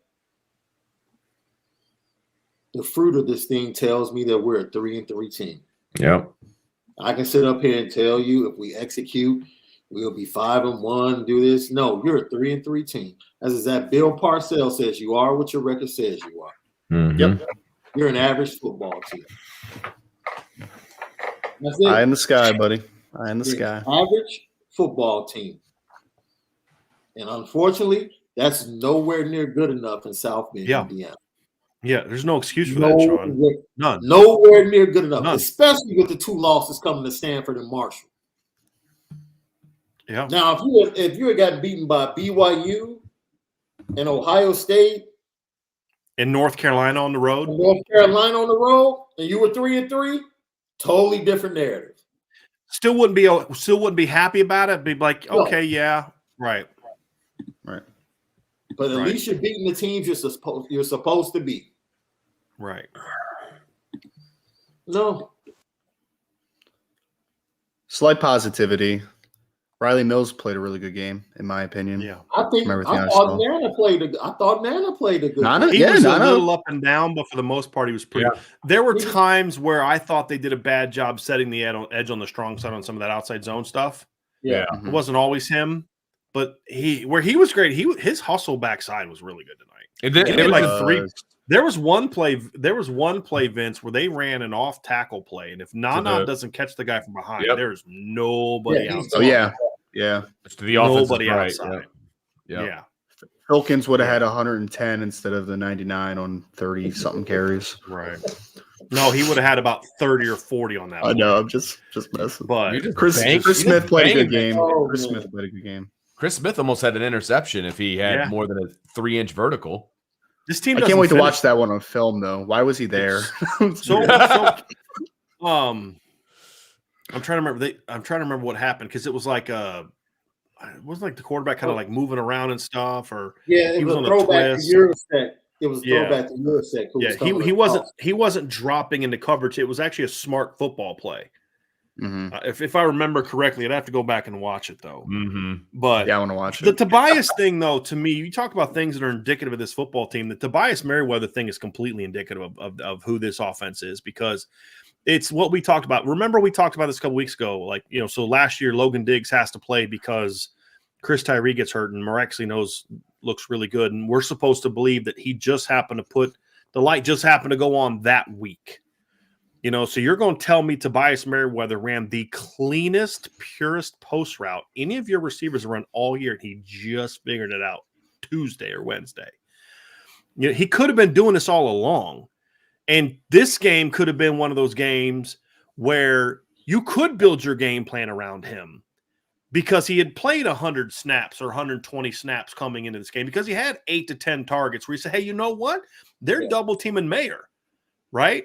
I mean, I remember game. Freaking 1AA, FCS football, whatever. We're playing a team and they're double teaming Yard and Brantley wherever he goes. You know what we did? We just moved Yard wherever we wanted to use. So if we wanted to run a post over the top, we'd use Yard and inside. We'd run a post and the safety would sit on him. We'd bang a post behind him. If we wanted to do something to the field, we'd put Yard and backside. They'd go double and backside and we'd go to the field. Right. So guess what? You've got to know anticipation is an important part of being a coach. I know they're going to use Michael Mayer. They're going to take out Michael Mayer. So let's go do some things to attack that, to take advantage of that. And we saw none of that until it was too late, right? And the one time they did it, again, 41-yard touchdown pass. Yeah. Right? And that's the crap that freaking pisses me off, fellas, because it's like, this isn't complicated, right? But when your goal is to, like, when you kind of convince yourself that your players aren't good, so you can then justify that you're going to run all this other stuff, then that's not the players. You're telling me the light just went on for Tobias Merriweather this week. And I think what annoys me the most is I was reading through the transcript and they asked him about the Merriweather situation. And he said those two plays were specifically designed to throw it to Merriweather, nobody else. And they were waiting for the perfect package. It was the package. Right. They were waiting for the perfect defense in order to run those plays for him. Like, part of me says, okay, maybe all he can do is run a post, so that's what he's going to run, and that's fantastic. The other part of me says, how 6 games in is that the only thing that he can do, and he's not in on other stuff too? You know what I mean? This is the exact quote. He said both of those 2 calls were specifically for Tobias. We missed the first one, overthrew it a little bit. He was open and was able to connect on the second one. We were looking for a specific coverage. We saw it and we called it, and again, that's what Tobias Merriweather can do, but he's got to continue to expand that confidence in terms of what the coaches feel like they can call with him in there. Bingo. And he is. I think today will be a big confidence booster in him and his coach. You mean putting him in the game and throwing the ball is a confidence booster? Who freaking knew? Shocker. I love Coach Freeman. I think he's a great man. I respect him. I want to be successful here. But you can't say crap like that. You can't say because that sounds like he believes it. Yes. Like that's the problem, guys. That sounds like he believes it. I'm watching teams score 50 points with offenses where they run 8 plays. 8 plays. But their dudes are better than the other dudes, and they just know how to use those 8 plays.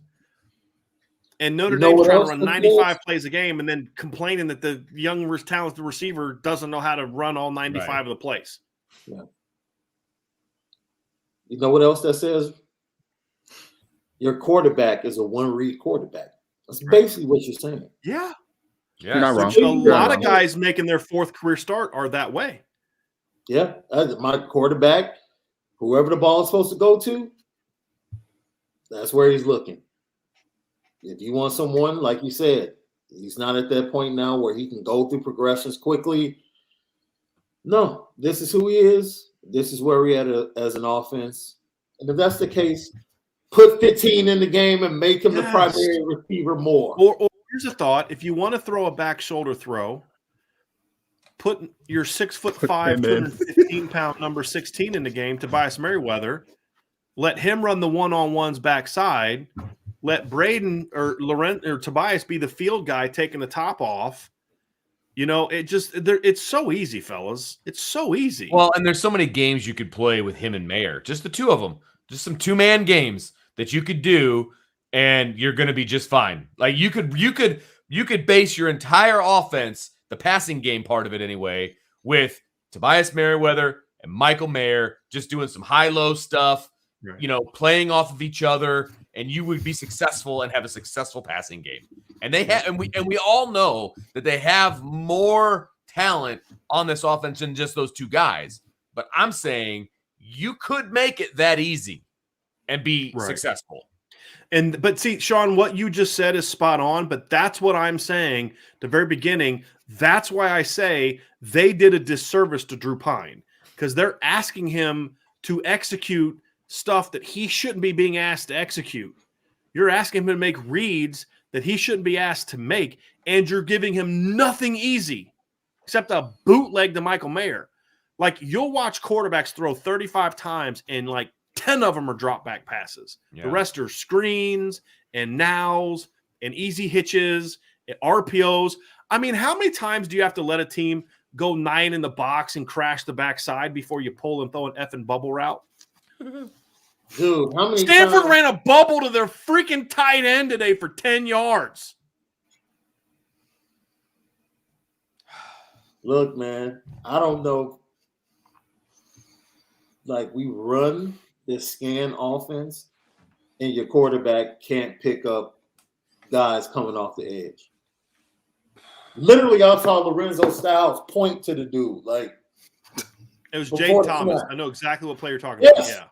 Pointed to him. It was on an estimate run, right? He's pointing to him, and Drew's just like, Yeah.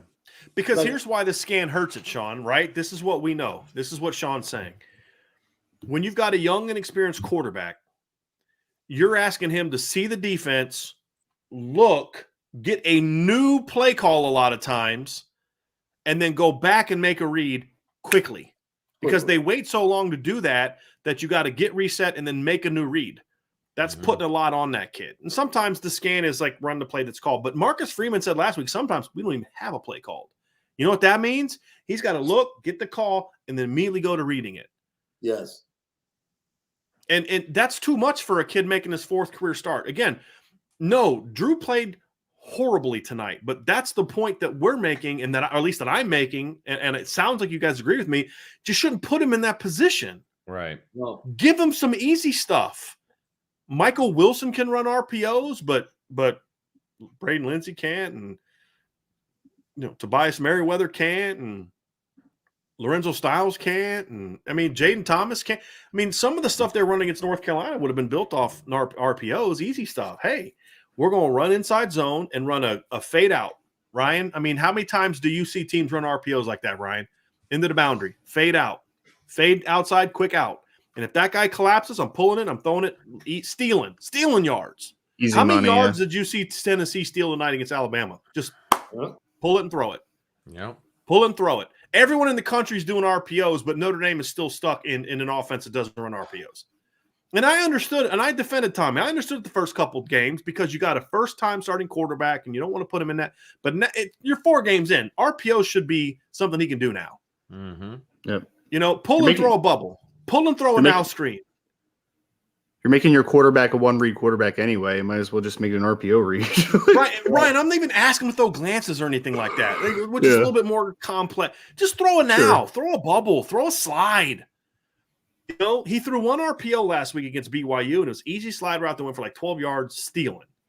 They make it so hard on themselves because you know what? That stuff doesn't make me seem like I'm really smart. Vince, was it you that was talking? No, somebody, I was walking with somebody after, had a couple guys help me carry the table and the chairs like back afterwards. And the guy was like, he was talking about that Steve Sarkisian video. And you know what I liked about Stark's videos and his conference stuff? He'll say, hey guys, this isn't hard.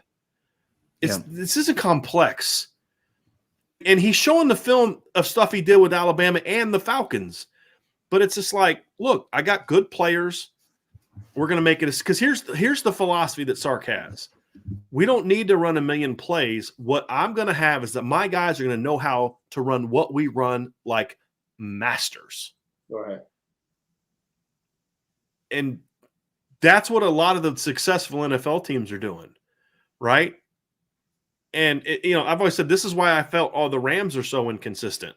Just looking at certain things, like they'll be really good one year and then kind of down, then really good. And it's like, because you're bringing in new guys and they got to learn this really complex crap. And, and you need a quarterback who's been in the NFL for 15 years to run it and all this other kind of stuff. And it's just like, you're trying to show how smart you are, right? Mm-hmm. Like, how about you just figure out what Drew's really comfortable with and then let him do that and then give him some stuff to protect him. Make it easy. Protect your run game like every other team in America. You got people making calls, calling games off play sheets this freaking big, guys. This freaking big and scoring 50. You know what I mean? You can't teach an RPO slide.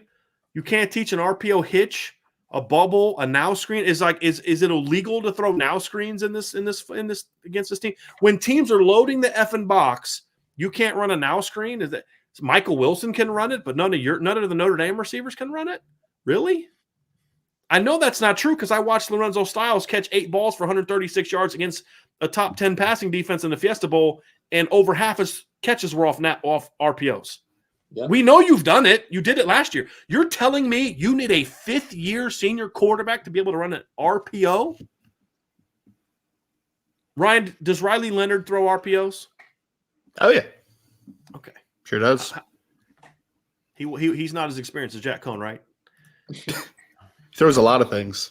There was some good balls, some corner routes, some I mean, Penn High slight School. adjusts. Yeah. Penn High School runs RPOs, Brian. Just wanted to let you know. Like, saw it with my own 2 eyes last night. Hey, congrats to Dylan getting in last night, by the way, and getting his first career punt. Seriously. Yeah, man. Didn't So do too it's very bad. cool. I'm sure it was a proud papa moment for you. Yep. And Picked then the ball up off the ground. It was a short punt. It was a short Yeah. snap. It scooped up. He had to scoop it off the ground. Got the punt off. Yeah. So, got it to the 12-yard line too, so not too shabby. But and then they won the regional championship today, so they're in the final four for the state tournament for soccer. So, guys, do you have anything else you want to say before we get to the super chats? Let's dive in, baby. Okay.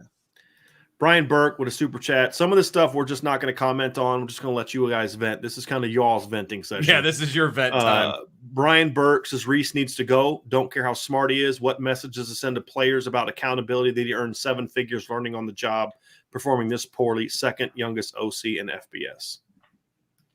Joe Papiti, I'm steamed. Reese must go now. Anemic play calling. Ugh. Poor tackling. There is no culture on this team, just a group of individuals, and that has to be fostered from the top. Tackling in space was awful tonight. It was so bad. We didn't talk about that much, but it was just really, really bad tonight. I still don't know what adjustments they made in the second half on defense. I still no clue. AST 12321, appreciate you as well. You know what makes you look like a smart play caller? Not getting held to 14 points by Stanford and scoreless in the first half. Facts are facts. Facts are facts, fellas. Demetrius Rex with a super chat. Thank you. Jet sweep 2. Jaden Thomas on the goal line. Preach, brother. That's great. Jacob inflection. Mears with a super chat. Yeah. I'm trying. Hey, he gave us some money. I'm trying to make sure he gets his money's worth on these super chats. I appreciate you, sir. I appreciate Jacob you. Mears, accountability for Reese, whatever it means. Absolutely. And there's no one right way or wrong way of accountability. There just needs to be some accountability. Yep. Artie Gwynn with a super chat. Thank you. Please comment on how it is possible for Notre Dame's offense to be almost literally different, in each game. They weren't different. They just didn't succeed. They didn't. I think it's just on my level of success, productivity. Yeah. Okay. I mean, that's true. How do you look like what you look like against Carolina? Or if they would have played like they did against BYU last week, guys, this is a 17-point win. Sure. Sure. DBZ, I'm so overlooking to the sidelines for calls. Just let them play. Girl, I'm with you. I mean, seriously, I'm with you. It's freaking frustrating. So frustrating. And look, there's a time, and everybody does that to a degree. Every team, like every RPO team, every spread team, every team will do that from time to time. There's nothing wrong with that. It's the incessant doing it almost every. How can you get into a rhythm when that's how you're playing? How can you get into tempo when that's how you're playing? Right. You can't.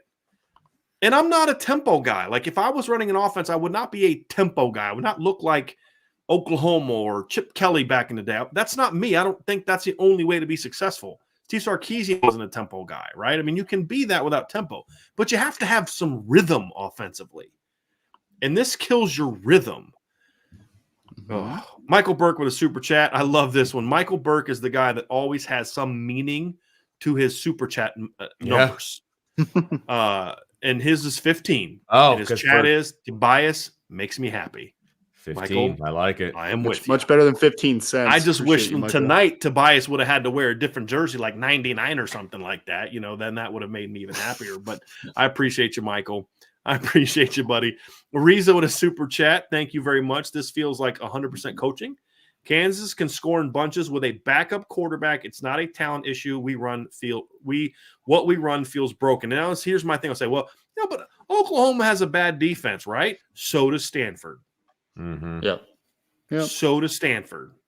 Mm-hmm. I mean, you made Stanford look almost like Ohio State defensively. Willie Watson Weatherberger. Thank you for the super chat. After Tobias catches his touchdown, why was Matt Salerno back on my television? I'm going to say this. I have no problem with Matt Salerno playing. There's a time and a place for Matt Salerno to have a role in this football team. My question is, why did you not, with 2 drives with the game on the line, why did you not go back to Tobias? Right. Or use him to set something else up? Sure. You smoked him on a post route. They might be looking for that. So how about a post wide fade to one of your running backs? or a post wheel or something like that. So Notre Dame scored 4 more points tonight than Colgate did on Stanford. that sucks. Colgate sucks, by the way. Didn't Colgate lose to Army today? So they're 1-5. Probably. A. Clayton with a super chat. Thank you very much. TB had 2. Okay, this Tobias Merriweather. So would have been TM. Had 2 plays and he destroyed his defender. Play 15 every snap. After tonight, like, I'm sorry, forget all this. He can only do bull crap. If he's not playing at least 30 snaps the rest of the way, then you're just failing as coaches. Yep. I mean, just if Marcus Freeman does not, I don't care what he said, that he's not going to, hey, this is why this kid needs to play him. I'm going to lose it. I'm going to lose it. Christopher Galloway with super chat. Thank you, Christopher. What is the real problem with playing Tobias? Coaching should be able to get him on the field. I mean, it's because you're trying to run a complex offense and you don't think he can do all the things you're asking him to do, which again, we all agree that says more about you as coaches than it does about Tobias Merriweather. Jacob Mears with another super chat. Thank you. Poor execution means poor coaching during the week. And that's kind of what, Sean, that we were talking about, this hits right to what you were talking about earlier, is clearly this isn't just happening now. No, This is happening. If you're not seeing this stuff on Saturday during the week of practice, then that means you're not challenging yourself enough during the week of practice. It means you're setting yourself up for success in practice. What that means is, this is the play we want to run. This is the defense they can run it against, that we think we'll run it against. So we only practice it against that defense. Where good coaches will have that early in the week to build confidence, but then Wednesday, Thursday, they'll do some stuff where, hey, we're going to call this play, but here's a coverage they do that this play won't work against. So our quarterback's got to know to go down to his next read or check down. So putting him in a position for failure, or not failure, but where he has to think it through. And then what do you do next? Right. And those are the things that's what good coaching does. I don't know if they're doing that or not, because clearly, like, guys, they didn't go into tonight's game thinking they're going to score 14 points. They don't think, No, guys, not at all. Score 14 because we're going to shut them down and hold them to 10 and be okay. Right? They thought this was going to work. They thought what they did against Marshall was going to work. They thought they were going to do against, BYU was going to work more. What Cal was work more. It's not working. You're now halfway through the season and you're a 3-3 football team. You lost to a Marshall team that's got a 500 record. You lost to Ohio State. Okay, respect. Then you just lost to a Stanford team that's 2-4. Is probably not going to go to a bowl game this year. Nope. It's embarrassing because your offense sucks. Relly Q. I'm so confused as to how this team's identity is so undisciplined and mistake-ridden compared to being under BK. Freeman, a player's coach, you'd think these guys would be playing their hearts out. A lot of that I agree with. I don't agree with the undisciplined and mistake-ridden compared to under BK. I always thought they were an undisciplined football team. Yeah, that's Yeah, I agree with that on too. offense. Yeah. Years. Yeah. Yes, this is not a new thing. I mean, do we need to talk about all the times they fumbled inside the 10-yard line in 14 and 15? No, we don't. When they decided to run a jet sweep inside the 5-yard line against Northwestern in 14 to a kid who'd never run a jet sweep before and it didn't work. Sound familiar? Wait a minute. Okay. Yeah. Sounds familiar, Vince. I know, but it was a different game. I mean, look, just think about some of the things we hear. Didn't Tommy Reed say that Jaden Thomas was their best route runner? Yeah. This week? He did. Yeah. He did. He did. Well, I'm telling you, these practices have to be amazing. Right. These practices have to be absolutely amazing by these players. It was a great route on the last play of the game, too. Yeah, to run short of the sticks. Yeah. But that's the thing we're saying, Sean, is either they're not pushing themselves enough in practice, or they're just the biggest bunch of BSers I've ever met in my entire life. And they're just not even good at it. They're not even good at lying. Or that's what is happening in practice. Because again, if that's what's happening, then here's the thing. If the results are what they are, then you have to realize your process is broken. Yeah. Right? I mean, that's the reality. Your process is broken. So, oh my gosh. Okay. Kirk Swent, thank you for the super chat, Kirk. How can Freeman say it's not the game plan and show no inclination to make in-game adjustments against the game plan? I think that's our frustration, Kirk. Yep. That's our frustration. I mean, Correct. you got out coached by Stanford. Didn't Not they make not an adjustment against Cal and literally take the ball out of Drew Pine's hand yeah. and pretty much say, you know what, we're about to run this sucker Yeah. and just dominate. Yeah. And that's a way better run defense than the one they played against tonight, fellas. Yeah. Sure Yeah. is. Yeah. Yeah. Josh Nip. See, and this is nothing. People got pissed at me last week when we were critical of some of the reads that Drew Pine made. Remember that?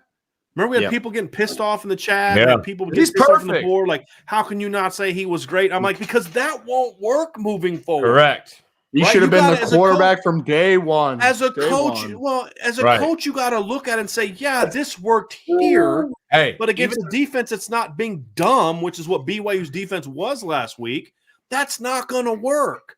Even And the that's media why we ate were that up, critical man. of those things, man. But that's why we were critical of that stuff last week. You can't miss on this read again. You can't because if you miss on this read in another game, it's going to call. That's exactly what we said Sunday night. Yes. Yes. You listened to it, Sean. This is what we said. You can't miss this read because it'll come back to haunt you. Can't miss Diggs early in that game on the blitz. He's wide open. Right. Can't miss. You can't throw that and that's what we saw tonight, fellas. That's what we saw tonight. Yeah. Because the offensive line wasn't perfect. At times they allowed a little bit, but he just was not getting – he clearly looked like he just wasn't processing things as quickly as he was the last couple of weeks. Because the last couple of weeks, he gave him really easy stuff, catch it, get it out. It's like tonight they were trying to do all this. What did they go back to? What did we see in recent games we liked? They were hitting backside seams. They were hitting crosses. They were hitting overs. They were hitting quick outs. They were hitting stuff like that. What did we see tonight? They went back to the horizontal stretch one-on-one bullcrap. The one time they ran a vertical high-low, what happened? 41-yard touchdown pass. Yeah. It's a freaking. I know one thing. He was asked about regrets this past week. Regrets? I know one thing. He was asked whether or not he regretted, choosing Tyler Buckner as a starter. Oh, I remember that. Oh yeah, that was. I mean, the media bought into the whole Drew Pine can do no wrong thing. Like I have a regret for him. I have a regret that he can regret. Like taking the job. I won't say it, but I have one. No. You got to say it now. Funny, you got to say it now. He should be regretting a hell of a lot.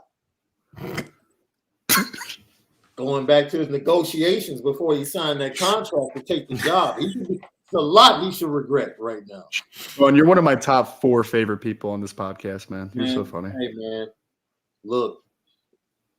Yeah, it was him being him. Yep. Vince, I used to say that to the kids when I would teach. It'd be like, you're one of the top 25 kids in the school, in my opinion. I say that, Sean, to my own children. Are you referring to his ability to have the staff that he wanted in that negotiation part? Ryan, I said what I said, man. Okay. I'll call you afterwards because I'm really curious to hear what you said. Oh my God. I want to know what's going on in that beautiful head of yours, Sean. Josh Nip with a super chat. Do you think Tommy Rees needs the head coach to keep a thumb on him? If so, where does a defensive-minded head coach go from here?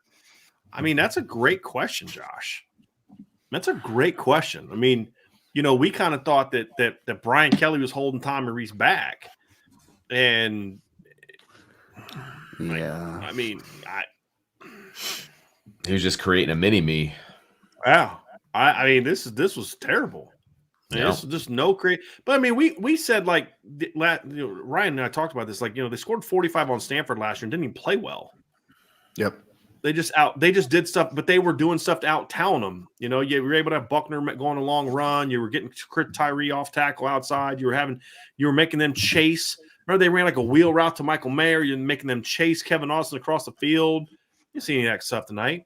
Stanford hasn't changed on defense. It's the same defense they've always been. And you went back to that boring freaking horizontal crap, trying to throw back 30-yard downfield back shoulders of Lorenzo Styles and get pissed at him because he ain't making a play that you shouldn't have had him ask him to make in the first place. That's half the reason fans in here don't think Brain Lindsey can play. He doesn't catch the ball. You're throwing him balls that he shouldn't be even getting balls on. You mad at him? Right? Why are you throwing that ball to him? You got a 6'5" monster and a 6'4" monster on the outside. Throw them the darn back shoulder fades. If you're going to put Michael Mayer outside against a corner, can you just once throw him a back shoulder pass for the love of God? You know what I mean? I apologize for swearing. I do. Brian Burke with a super chat. Reese never should have been OC. BK lazy move. Sean, Vince, do you what have did I anything say to to you say? tonight? Say it Which again, Ron. time? Do you have anything to say, Sean, to this comment? Super chat. Just kidding, man.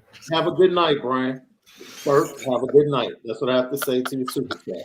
Thank you for your support. Thank you for your support.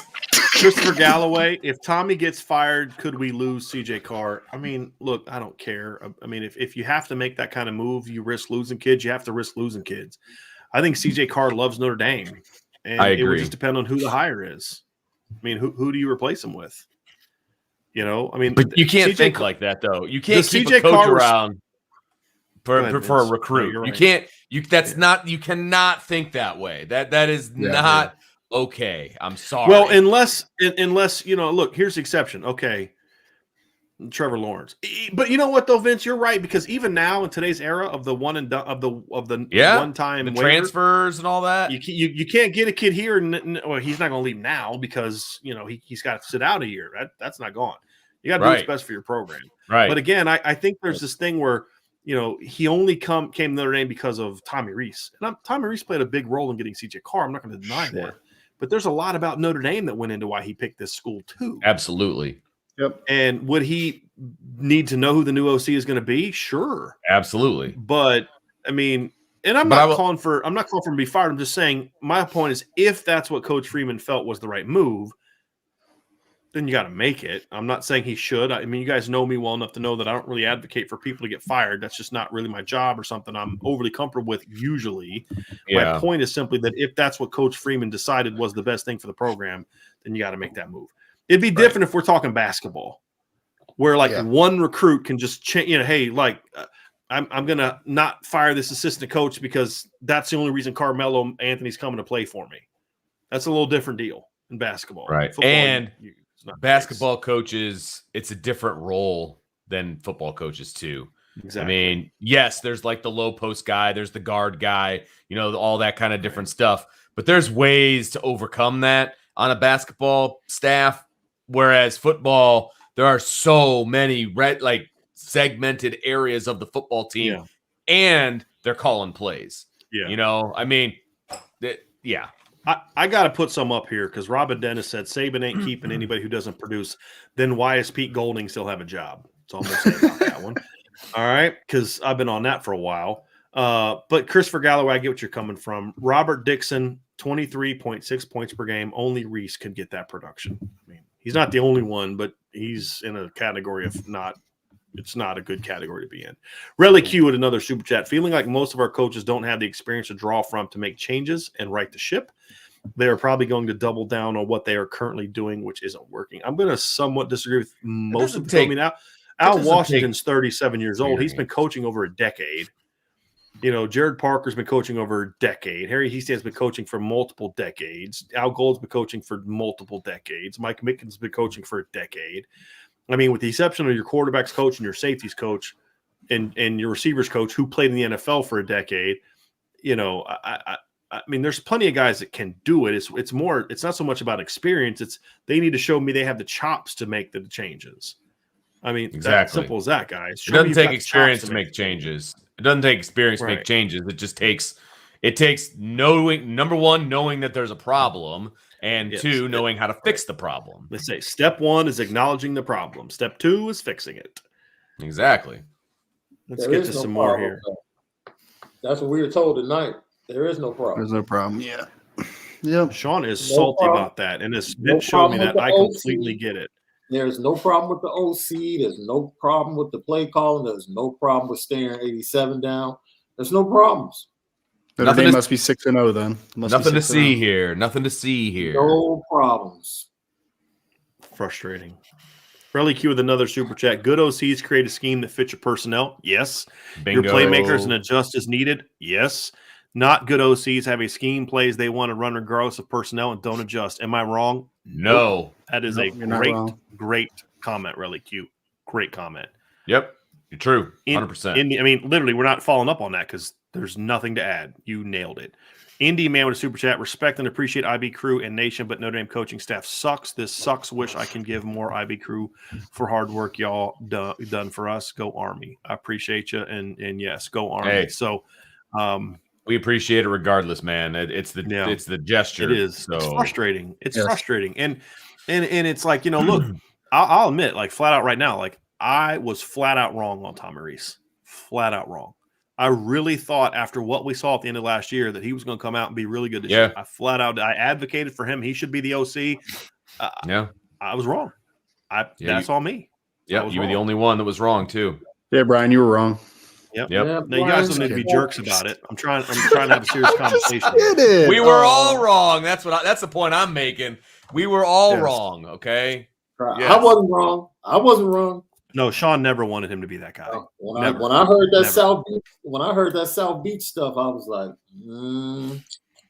yeah. No, Sean, there's no doubt. I mean, you were willing to give him a chance when the decision was made, but that was never his pick. That was never my pick. Mm-mm. Nah, I'm sorry. I can't rock with him. He is, you can see it in his face. He is fighting so hard to just keep some stuff in tonight. Respect. A Sean, Clayton like 47. Man. A Clayton 47 was sorry. Go ahead, man. No, you're good, Ryan. Good. Ryan, go. I mean, you started it. Just go, man. It's all good. I was just gonna say he was like Mike Singletary when he was talking about Vernon Davis that one time. He was like, can't win with him, can't coach with him. That's all I was gonna can't say. do it. Can't do it. It was a great speech, by the way. Can't do it. That was one of the best post-game rants ever. Yes. So see, worth the interjection, Ryan. Just go with it, man. It's all, right, man. It's almost 2 a.m. A little loopy. A Clayton 47. This is way past your bedtime. Offense is easy to pick apart, but the D, especially Foskey, doesn't show up time to time again. That's not something we talked about during the show. Isaiah Foskey 3 weeks ago had one of the best games of his career. He was okay last week. He had one good run stop at the end. He was non-existent. Ryan, I think you said on the last drive on that was it the entire last drive or was the third down last drive? He wasn't even in the game. They had him on the field for a lot of key third downs. Yep, it was Justin Adamalola, Riley Mills, I believe it was Chris Smith and Howard Cross, maybe on at least the big 3rd and 9 or whatever it was of that last drive. Yep. So let me get this straight. Okay, so you're playing a Stanford team. Let's see where this is, guys. Let's kind of look this up here real quick. You're playing a Stanford team that ranks 76 in the country in third down offense, and you went out tonight against Stanford, and you had your best pass rusher on the sideline on third down, and Stanford tonight went 7 of 16 on third down, and a couple of them were at the end of the game. Mm-hmm. So, I mean, they had the most third downs they had converted all year was 5. Stanford had, hold on a second. They have not converted more than 5 third downs in a game since against UCLA in 2020. The most third down conversions Stanford had in a game in the last 2 years was 5. They had 7 tonight in a game where for some reason you decided to not have your best defensive player on the field. Yep. Sounds like a plan. Matthew K with a super chat. Thank you for that. Or super sticker. Thank you very much for that, Matthew. Very, very much. Ray Holcraft, Ray. Why did so many people think Reese was good? He never proved himself as a quarterback's coach, play caller, etc. He doesn't seem to do well with his first 15 plays of the game either. That's always been an issue, but here's why for me. Honestly, Ray, is the end of last year. I mean, I was not a supporter of Tommy Reese being hired at first. I know he's a smart guy, but it was an experience problem. Too early. I came around late last year when they just started ripping people up, and I saw stuff I really liked. I saw schemes I liked. I saw a guy that was creative, a guy that was doing stuff across the field, started using some RPOs. And I said, okay, you build on that. You're going to be a good guy. That's why I missed. That's why I got it wrong. I thought we would see what he did late last year. And now that Brian Kelly's not kind of putting his thumb on him, he would come out this year and get the job done. That's what I saw. I mean, and I was wrong. Ian Johnston with a super chat. Thank you. One good offensive game out of 5, out of 6, 1 out of 6. And even in that game, you left at least 17 points on the field. That is fireable. Brent Lewis with a super chat. Phil Longo for offensive coordinator 2023. That's a long list of guys that could get a lot more out of this offense. David Hess with a super chat. Low energy crowd as usual there, and Irish always seem to play this bad at home. Onward. Notre Dame has not played this bad at home in a long. I'm gonna say this: if they would have played like they played against Marshall, I think they might have won this game. This is the worst game of the year. They played worse tonight than they played against Marshall. You guys agree with that? And the crowd was bad, but you got to give them something to cheer for. Okay, that's a good point. I'm sorry. You got a false start on the first play of the game. What do you expect them to do? I'm not blaming the crowd on this one. I'm sorry. They gave you 0 to cheer for. 0. Yeah. So sorry, I'm not blaming the crowd. And side note, light show sucked. Just throwing it out there. Yeah, Vince was like really complaining about that, and I was like, "No, it's been pretty bad ever since the first one." I was looking forward to it, man. Like the first one, they had like green, and there was all kinds of. You're counting on fans who most of them are over 50. No offense to the over 50 crowd that are trying to have to download apps and do all this sync up and do these things with their phones to make the light show any good. Yeah, it was bad. I didn't like it. Let's make it simple. Jump, move, just something simple. Man. Horrible. Yeah, it's. Byron wants you to let it out, Sean. That's all I'm saying. Charlie Weiss's last belt loop. I still have faith in Freeman. Thanks, IB, for the show. You're welcome.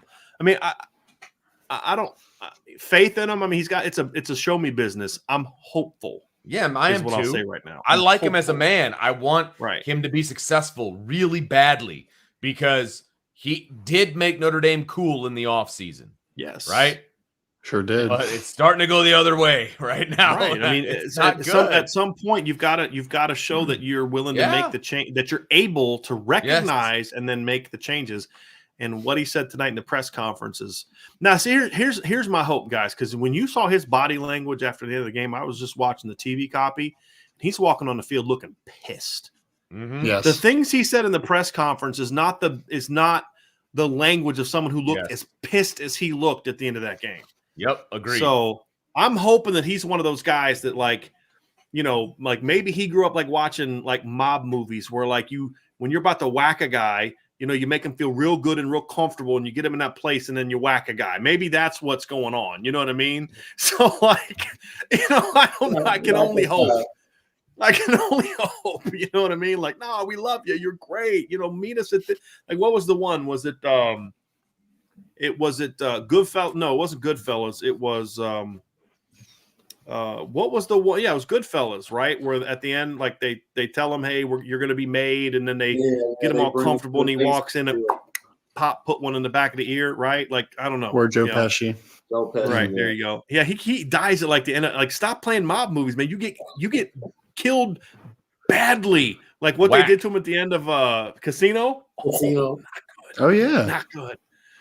Griff Weedler with a super chat. Thank you. How can keeping Tommy be justified at this point in time? I mean, I got nothing for you, Griff. We're going. I don't want to talk too much about that tonight because I want to just let the emotion wear off and really think through this. But it's something. I mean, we're not going to spend 4 shows breaking down UNLV this week, fellas. I'm just telling you that right now. So I was looking forward to it stuff this week. Yeah, I was looking forward to UNLV. You're killing me right now, man. You're killing me. Read the room, Ryan. Craig Sebring, if we finish 6-6 and got blown out by Syracuse, Clemson, USC, does Freeman get fired or just make a ton of assists? Look, Marcus Freeman's is not getting fired after the season unless there is some sort of issue that he does off the field that would have got him fired even if they went 10-2. Right. Okay. Like, guys, he's not getting fired after 1 year. And if he did get fired after 1 year, people should raise holy hell, because you don't hire a guy and give him 1 year to prove himself. You just don't do that. You just don't do that. So, no, he's not going to get fired, nor should we. Should not be talking about Marcus Freeman getting fired right now. Nope. We should not.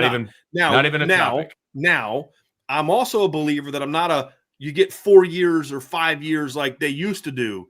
You got to give a guy at least 3, in my opinion, unless there's some sort of dereliction of duty or some kind of ethics issue that's going on. Like if I heard that he was doing some of the stuff that Scott Frost is doing in Nebraska, you got to go. You got to go. Yep. Right? But that's not the case with Marcus Freeman. And it never will be. About with Marcus Freeman. I don't think it ever will be. I'd be shocked if that was the case. Yeah. So we're not talking about that stuff. We will judge him on what he does moving forward. Yes. But we're not. And the last part of the question, now I would take out the word ton, but I think you really have to analyze the roles of the assistant coaches. Yes. I think you do. Yes. Because there are some guys that I think are doing a good job. Sure. And you build around those guys. Right. You know, and that's going to be the key. Like one of the things I've heard, and I'll say it now, I've heard some stuff from people off the record that there's some frustration with some people that things that they want to do are not getting done. Players they want to play, other stuff they want to do. And I think you guys know where I'm going. And it's not being done because the decision maker doesn't want to do it. So, and now you're starting to see, okay, it's starting to make a little sense now. Christopher Morgan with a super chat. Thank you, Christopher. Honestly, I'm just at a loss of words. Congrats to Stanford. They just wanted it more, it seemed.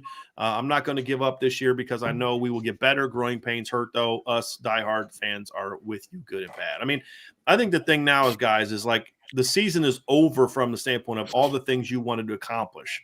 But how you're going to be moving forward next season, the year after, is going to be defined by how you get this football team playing the next 6 games. Yes, sir. You know, people talking about like, you know, I'm not saying Freeman needs to do this, but like there was reports that like that Brent Venables went into the office was like, hey, if you don't want to into the team meetings, the Oklahoma players, if you don't want to be here, leave. I only want people to want to be here. And what they do this week, they came out fired up against Kansas. Now they still suck on defense, right? Yep. That's not getting fixed in a week. Nope. But Oklahoma quit last week, fellas. They quit. They came out today with some fight. Now, I'm not saying Freeman needs to do that. Don't but you need to figure something out to light a fire under this team. And I think the first thing you need to do is light a fire under your staff. And what that looks like, we'll have some conversation about this week. But it's just, guys, you're past just coach a little better, play a little better. Yeah. You're way past that. And how Coach Freeman handles that stuff is going to determine a lot about who he's going to be, but also set you up for how you finish, how you go into the offseason. And here's the thing. What messages are you giving your players? Because if you're not willing to hold coaches accountable, if you're not willing to hold veteran players accountable, then that's how you lose a locker room. That's how you lose a locker room. When you tell a kid, hey, man, I know you went in there and when the 2 times we threw you the ball, you did what you needed to do, but we're not going to throw you the ball next week because the one coverage and the one route that we comfortable with, you know, it's not there this week. You're going to lose your team. And now with the one-time transfer, you're going to lose some of your players. So how he handles this is going to determine how the season goes. And he's got to be careful, guys, because he's not getting fired, nor should we be talking about it. I will say this, however. Sometimes your first year can go a certain way to where you never recover from it because you establish something that it's going to be hard to come back from. We're going to fly through as much of these as we can, guys, because it is getting late, and some of you guys have church tomorrow, and some of you guys, it's like 8 hours past your bedtime. So Sean O'Hara, offense, stare down, defense, 4 and 6 all day, no adjustments. Yeah, Sean, it was maddening. I mean, just no adjustments. Christopher Morgan with another super chat. Christopher, thank you. Any players that might watch IB LLP, don't get down. We all have your backs. Now it's next week, next game. Let's do this. Chief Brody with a super chat. Thank you, Chief. Even BVG had the Michigan shutout. Tommy's best games are behind him. We will look back at this anemic offense in the same way we do that defense. I mean, the way it's being this year, guys, I mean, I'll say this. Is this offense right now any worse than what the Brian Van Gorder defense was in 2014 or 2016? I don't know if I'm ready to go that far yet. No, I can't. The stories I've heard about that defense, I can't go that far. I'm simply talking results. Oh, It's getting close. Results. yeah, It's approaching. Because Brian Van Gorder was a bad person, right? Sure. And there was some crazy stuff going on. So you're completely – that's not where I'm coming from with that question. My question is results. Not yet. It's getting close. It's bordering. Getting close. Sean O'Hara with a super chat. Can we get to 4-8? Can we not do this again, right? Like after the Marshall game, they're not going to win 3 games all year. Like just – but thank you for the super chat. I bet you they beat Syracuse. That's the thing. And you know what? They're going to get you up with a win like that. Right. And then lose a game that they have no business losing in November.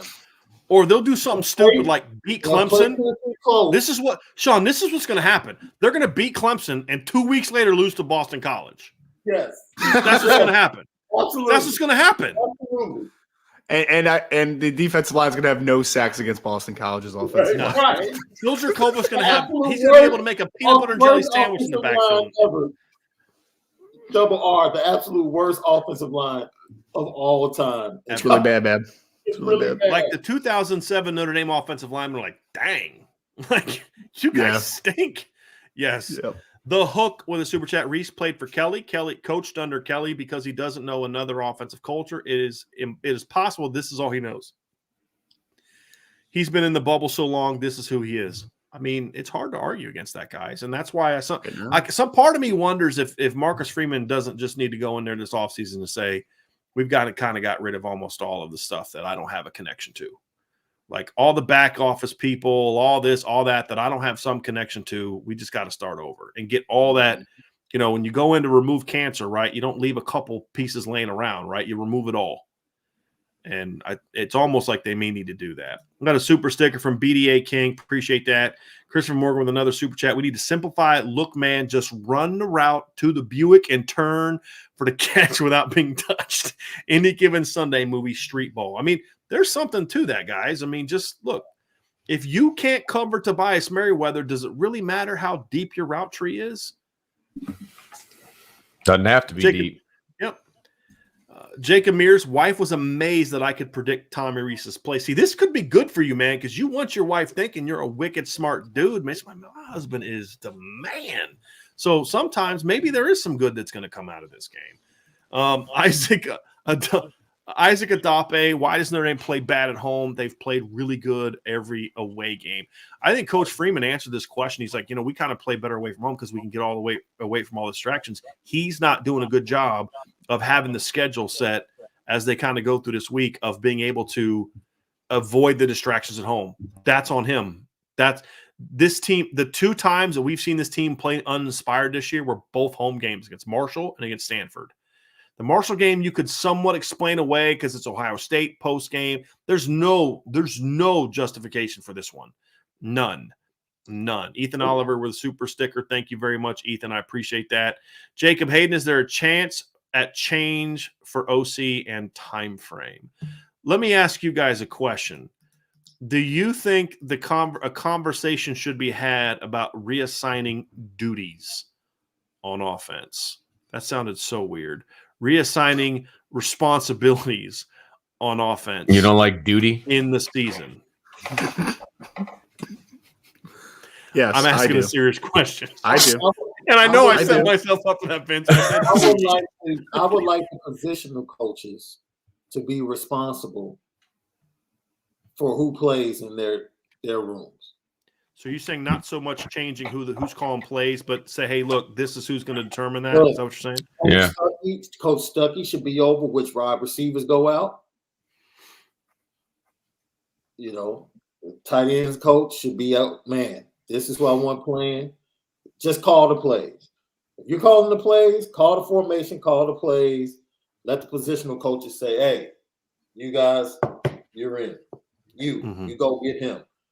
Because at this point, having all of that autonomy given to one person, I don't like it. That's how it always should be, the rotations, man. That's how it always should be. Like, running back coach should handle the running back rotations. Who's your best running back? Put him out there. Like, It's how it should be. Right. But yeah. Or you guys decide during the week of practice when we go this player, this personnel, this is who's going to play. Sure.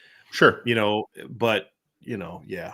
Sean, I mean, so would that be the first thing you try to see how things go, or is that kind of like your answer for now? And then the other part you'll address after the season. Based upon what you said, I feel like that would alleviate some tension that might exist. Let's do that first. Yeah. Because we have tension amongst. Now I understand why Michael Mayer made the statement he made post game BYU. Like, dude, we got some stuff growing everywhere. Yeah. Like, we need to handle this. Next one, Daniel Flagstad. Thank you for that super sticker, Daniel, very, very much. Wake up the Echoes with a super chat. Thank you. I feel like this team does what they're told, but have no understanding of why they're doing it. They look lost at almost every position. That is a great comment. We've had a lot of great comments tonight. This is a great one. Basically saying, yeah, they know what they're supposed to do, but they don't quite understand why they're supposed to do it that way. So you don't know how to react when things don't go exactly how they're supposed to go, because you don't really understand the entire concept of here's why we're running this blitz. Here's why we're running this play call. Here's why we're running this protection. Because if you truly understand the why, then you can handle things. It's like inside zone. You teach the concepts of inside zone so well. I've said this before. It honestly, if you're teaching inside zone the right way and repping it the way it should be, and Sean, tell me if you agree or disagree with this, it doesn't matter if they come out with a defense you've never seen before. Because your kids know the zone. Yeah. And so they can handle things that don't go your way because they know the ins and outs of the zone. Right. But if they don't understand the why, like you can't tell a kid just run a post route, because then he doesn't understand, well, what if the guy squats? What if the guy bails? What if they come underneath me? What if they're trying to do this? Oh, I'm going to break this route off. But what if you got to understand what's happening around you? It's a great comment from Wake Up the Echoes. Great comment. Ethan Oliver with super chat. Get the slow linebackers 52. He's not on the field anymore. 27 and 24 out of here. Get a QB. I keep telling y'all, those kids are not slow. They're playing slow. There's a difference. Yeah. Like JD Bertrand is slower than he was last year. He's not injured. Why? Why does Jack Kaiser look so bad in coverage this year when he was a pretty decent cover guy last year? That tells me there's something much deeper than the slow guys are in the game, because Maris Lufau is definitely not slow. And he looks like the slowest linebacker they have. Brendan McGrath music. Thank you, Brendan. I feel like it's been a really long time since Notre Dame played well and just lost to a superior team. It's so often we just beat ourselves. So, yeah. I mean, when was the last time they just went out and played their butts off and just got beat by a better team? Can you guys think of a game where that happened? Normally it's something like this. No, Ohio State was a superior team. No, played well and lost to a superior team, because I don't think they played well on offense against Ohio State. I mean, I came out of the Ohio State game saying, you know what? They played good tonight. Yeah, I can nitpick about the offense, but collectively, I felt that about the defense. I thought they played well. I thought they played well for the most part against Oklahoma State. Yeah. In the bowl game. Yeah, I think that's a good one. See, like to me, Sean, the Ohio State game. Yeah. The Ohio State game feels a lot like the Stanford game in 2015. Yeah. Where it was a great game and you lost, but one side of the ball did not play a great game. Yeah.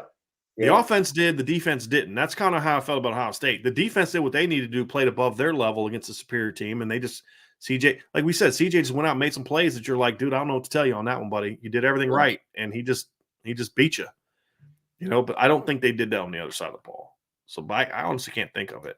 And it's honestly too late for me to get the Rolodex going. But I mean, it's a good – the point is good, though. We haven't seen them just go play their butts off and just get beat by somebody good.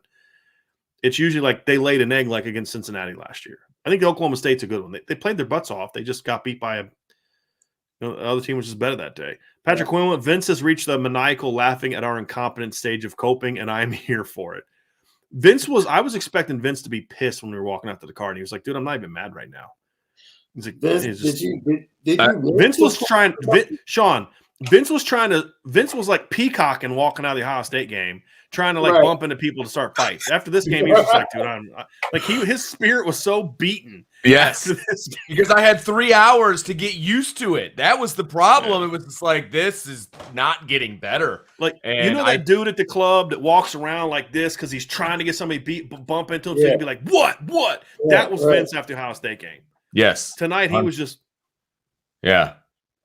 I was hoping sad. for a good light show. Like Hurt that's my where I heart. was today. They Like- didn't even give you that, Vince. They didn't even No. give you that. Vince was Failed hurt. on Vince so was many heartbroken levels. after the game. It hurt my heart to see Vince so crushed. The spear has been crushed in a month and a half. Yeah, I Matthew know. K with a super chat, with a couple super stickers, I should say, and a super chat. We are missing the bigger picture. We have a 30-year-old head coach and a 31-year-old offensive coordinator. We bought into the hype up front, panicked, and we fans of Swarbrick are paying the price. They do not have a 31-year-old offensive coordinator. They have a 30-year-old offensive coordinator who is turned 30 5 months ago. So yeah, I mean, it's even worse than that. I'm not nitpicking you, but it's even worse than that. But yeah, I guess we bought into the hype. Yeah, we did. We thought this team would be a lot better than this. Yeah, I thought this team was going to be really good. I'm trying to figure out what price Jack Swarbrick is paying. Well, they're saying that he shouldn't have hired him. That's what he's saying. Where he's paying the price for hiring Marcus Freeman. I'm not there at all with that. No. Because again, Marcus Freeman technically didn't hire the offensive coordinator. He was hired before Marcus Freeman was hired. That's true. Yes. You know, you don't hire because when Marcus was put in position to hire a defensive coordinator, he went with a veteran. So, you know, you don't say. Yeah, imagine that. TJ Fallon with a super chat. Thank you. We don't have a difference maker quarterback. We can only do so much with a non-power 5 quarterback leading the team. That's not the problem. Look, Drew played bad tonight, right? It happens. He was not. You have to be real smart with how you have a kid like that, right? He's your backup quarterback. Correct. Okay. Right. And you don't put your backup quarterback in a situation where he's got to carry a team like this. Mm-hmm. And once you realize the initial game, go ahead, Ryan. I was just going to say calling him a non-power 5 quarterback is so disrespectful. It's just disrespectful. And I don't think it's inaccurate. You don't give a kid making his 4th career start that much on his plate. That's a coaching problem. It's the same thing with guys. Again, we saw people that, this guy shouldn't be on scholarship in 2016, and in 2017, all of a sudden that guy can play. Remember how bad people just savage Nick Coleman in 2016? Just savage Nick Coleman. Yeah. All of a sudden in 2017, Nick Coleman's a pretty good football player. You know why? Because he finally had a coach that was teaching him how to play. It's helpful. So I can't go there with you. Artie Gwynn with another super chat. Among the current college football coaches, can you share your favorites for OC and why? What I miss? I missed it too. Check your Vince, man. When you said he finally had a coach to teach him how to play, I go, helpful. Yeah, it's very true. Just a little comment. Yeah. Yep. Really. Oh, here we go. I'm sorry. Artie Gwynn. We didn't show that. Among the current college football coaches, can you share your favorites for OC and why? Artie, honestly, at 2:00 in the morning, with how I'm feeling right now, I really don't have a list of offensive coordinators to share with you. But honestly, the list of guys that could do better than what we've seen so far is long. It's long, and it's long. Yeah. Are we just talking about college coaches, or can we go to high school? It's a college football coach. that was me. You got D1, FCS, D2, D3, high school. I mean, NAIA. Don't forget NAIA. You want that? You want Coach JB, Ryan? I know where that's. I do not want Coach JB. I do not want Coach JB. Dude, he might do better. Go to this. Oh, I don't know about that. I don't know. It'd be more entertaining, fellas. It'd be more entertaining. It'd be more entertaining. Talking about firing someone for cause, that would happen in about a week. JB would bring in Malik Henry to play quarterback. That would happen in about a week. Like, bro, we gave you a shot. You couldn't even make it a whole week. Dude, we're in the media. Bring it on. I want quotes. I want the whole thing. No. Hold on, fellas. I'm trying to find out who is hard pass. OC. What's that? I'm trying to figure out who the OC is at Westlake or Denton Guyer. JD Greathouse is bringing someone with him. Really cute. This is just for Sean to buy some pepper that pairs with all of that salt. Hashtag passionate seasoning. Love it. Oh, yeah, I'm growing it out, man. The wife loves it. I'm trying to get used to it. Yeah, It's been a challenge. It's been a challenge. Yeah, I've been trying to grow mine out too. Yeah. Right. Ryan hasn't shaved in 2.5 weeks. That's all he's got. Vince could probably grow this in like a day and a half. This is for you, Vince. Like, you forgot to shave on a Tuesday, and then you wake up on Wednesday and it looks like this. Dude, is that what it looks like? That is the worst part about my job is I actually have to be, I have to look like a clean-shaven person on a normal basis. I hate it. And that Italian Puerto Rican side of his family is dude can grow some facial so hair. much better to look like a homeless gym teacher. It was so much better. Homeless. So much better. We have gone off the rails, fellas. It is time to thank everyone for being on the show tonight. Guys, I want to thank y'all for being on with me today. I really appreciate you. We've hit some major milestones the last couple months on this show, and all of you guys have played a role. And somebody was asking me about why I thought the shows were so good. And I said to him, I said, we have great people. And we have people that I respected before they joined the show. And I want to thank all you guys for your friendship and also for the great job you do and the passion that you show for IB. It definitely comes through on nights like tonight and the passion you have for Notre Dame. So I want to thank all three of you guys for the role that you've played in this growth. And I cannot wait for what we have coming forward, because I can promise you one thing: you will get our best every day. Believe that. You will get our best every day. You may not always like it, you may always agree with it, but you will get our best every day. There's no doubt about that. So I want to appreciate y'all very, very much. Everybody for being in the chat. So many people here tonight. It's 2:00 in the morning. We still have 1,000 people in the show. Yeah. Y'all are amazing. We love y'all. There was a great turnout today. There was like 60 people around the Jeremiah Love thing cheering for him. Brandon Plesner was there. Ordinary Joe was there. Vince, he had 2 IB shirts on again. That's your boy. Yeah. We had so many. I got to meet so many different people that listen, people that don't chat. I mean, we have an awesome community, right? We had a guy that a couple weeks ago lost his home in the hurricane, and I put one tweet out in one post, and within 24 hours, thousands of dollars were raised for him from this community. Y'all are amazing, and I know tonight's frustrating, but we're gonna get through this. We're gonna push through this, and we're gonna keep having some fun. We will have on further review tomorrow night. Vince and I will have that tomorrow night. We'll be about probably 7 o'clock. It's the plan for now. But obviously make sure you stay tuned in for if we have to push it back at all. But we'll be back because we're still showing up for work tomorrow. You're still going to get our best tomorrow, right? So thank you all very, very much. Thanks everybody for being with us today at that live event. That was a lot of fun to do that. And, it was a blast. So for Ryan, for Sean, for Vince, I'm Brian. Thank you all so very much. Hit that like button, everybody. Hit that subscribe button. Hit that notification bell. Share this podcast. If you're listening via podcast, give us a 5-star review. And, of course, as always, hit the message board at boards.irishbreakdown.com. Have a great night, and we will see you again tomorrow because the sun will shine tomorrow, I promise. Have a great night, everybody. Thanks for being part of the Irish Breakdown podcast.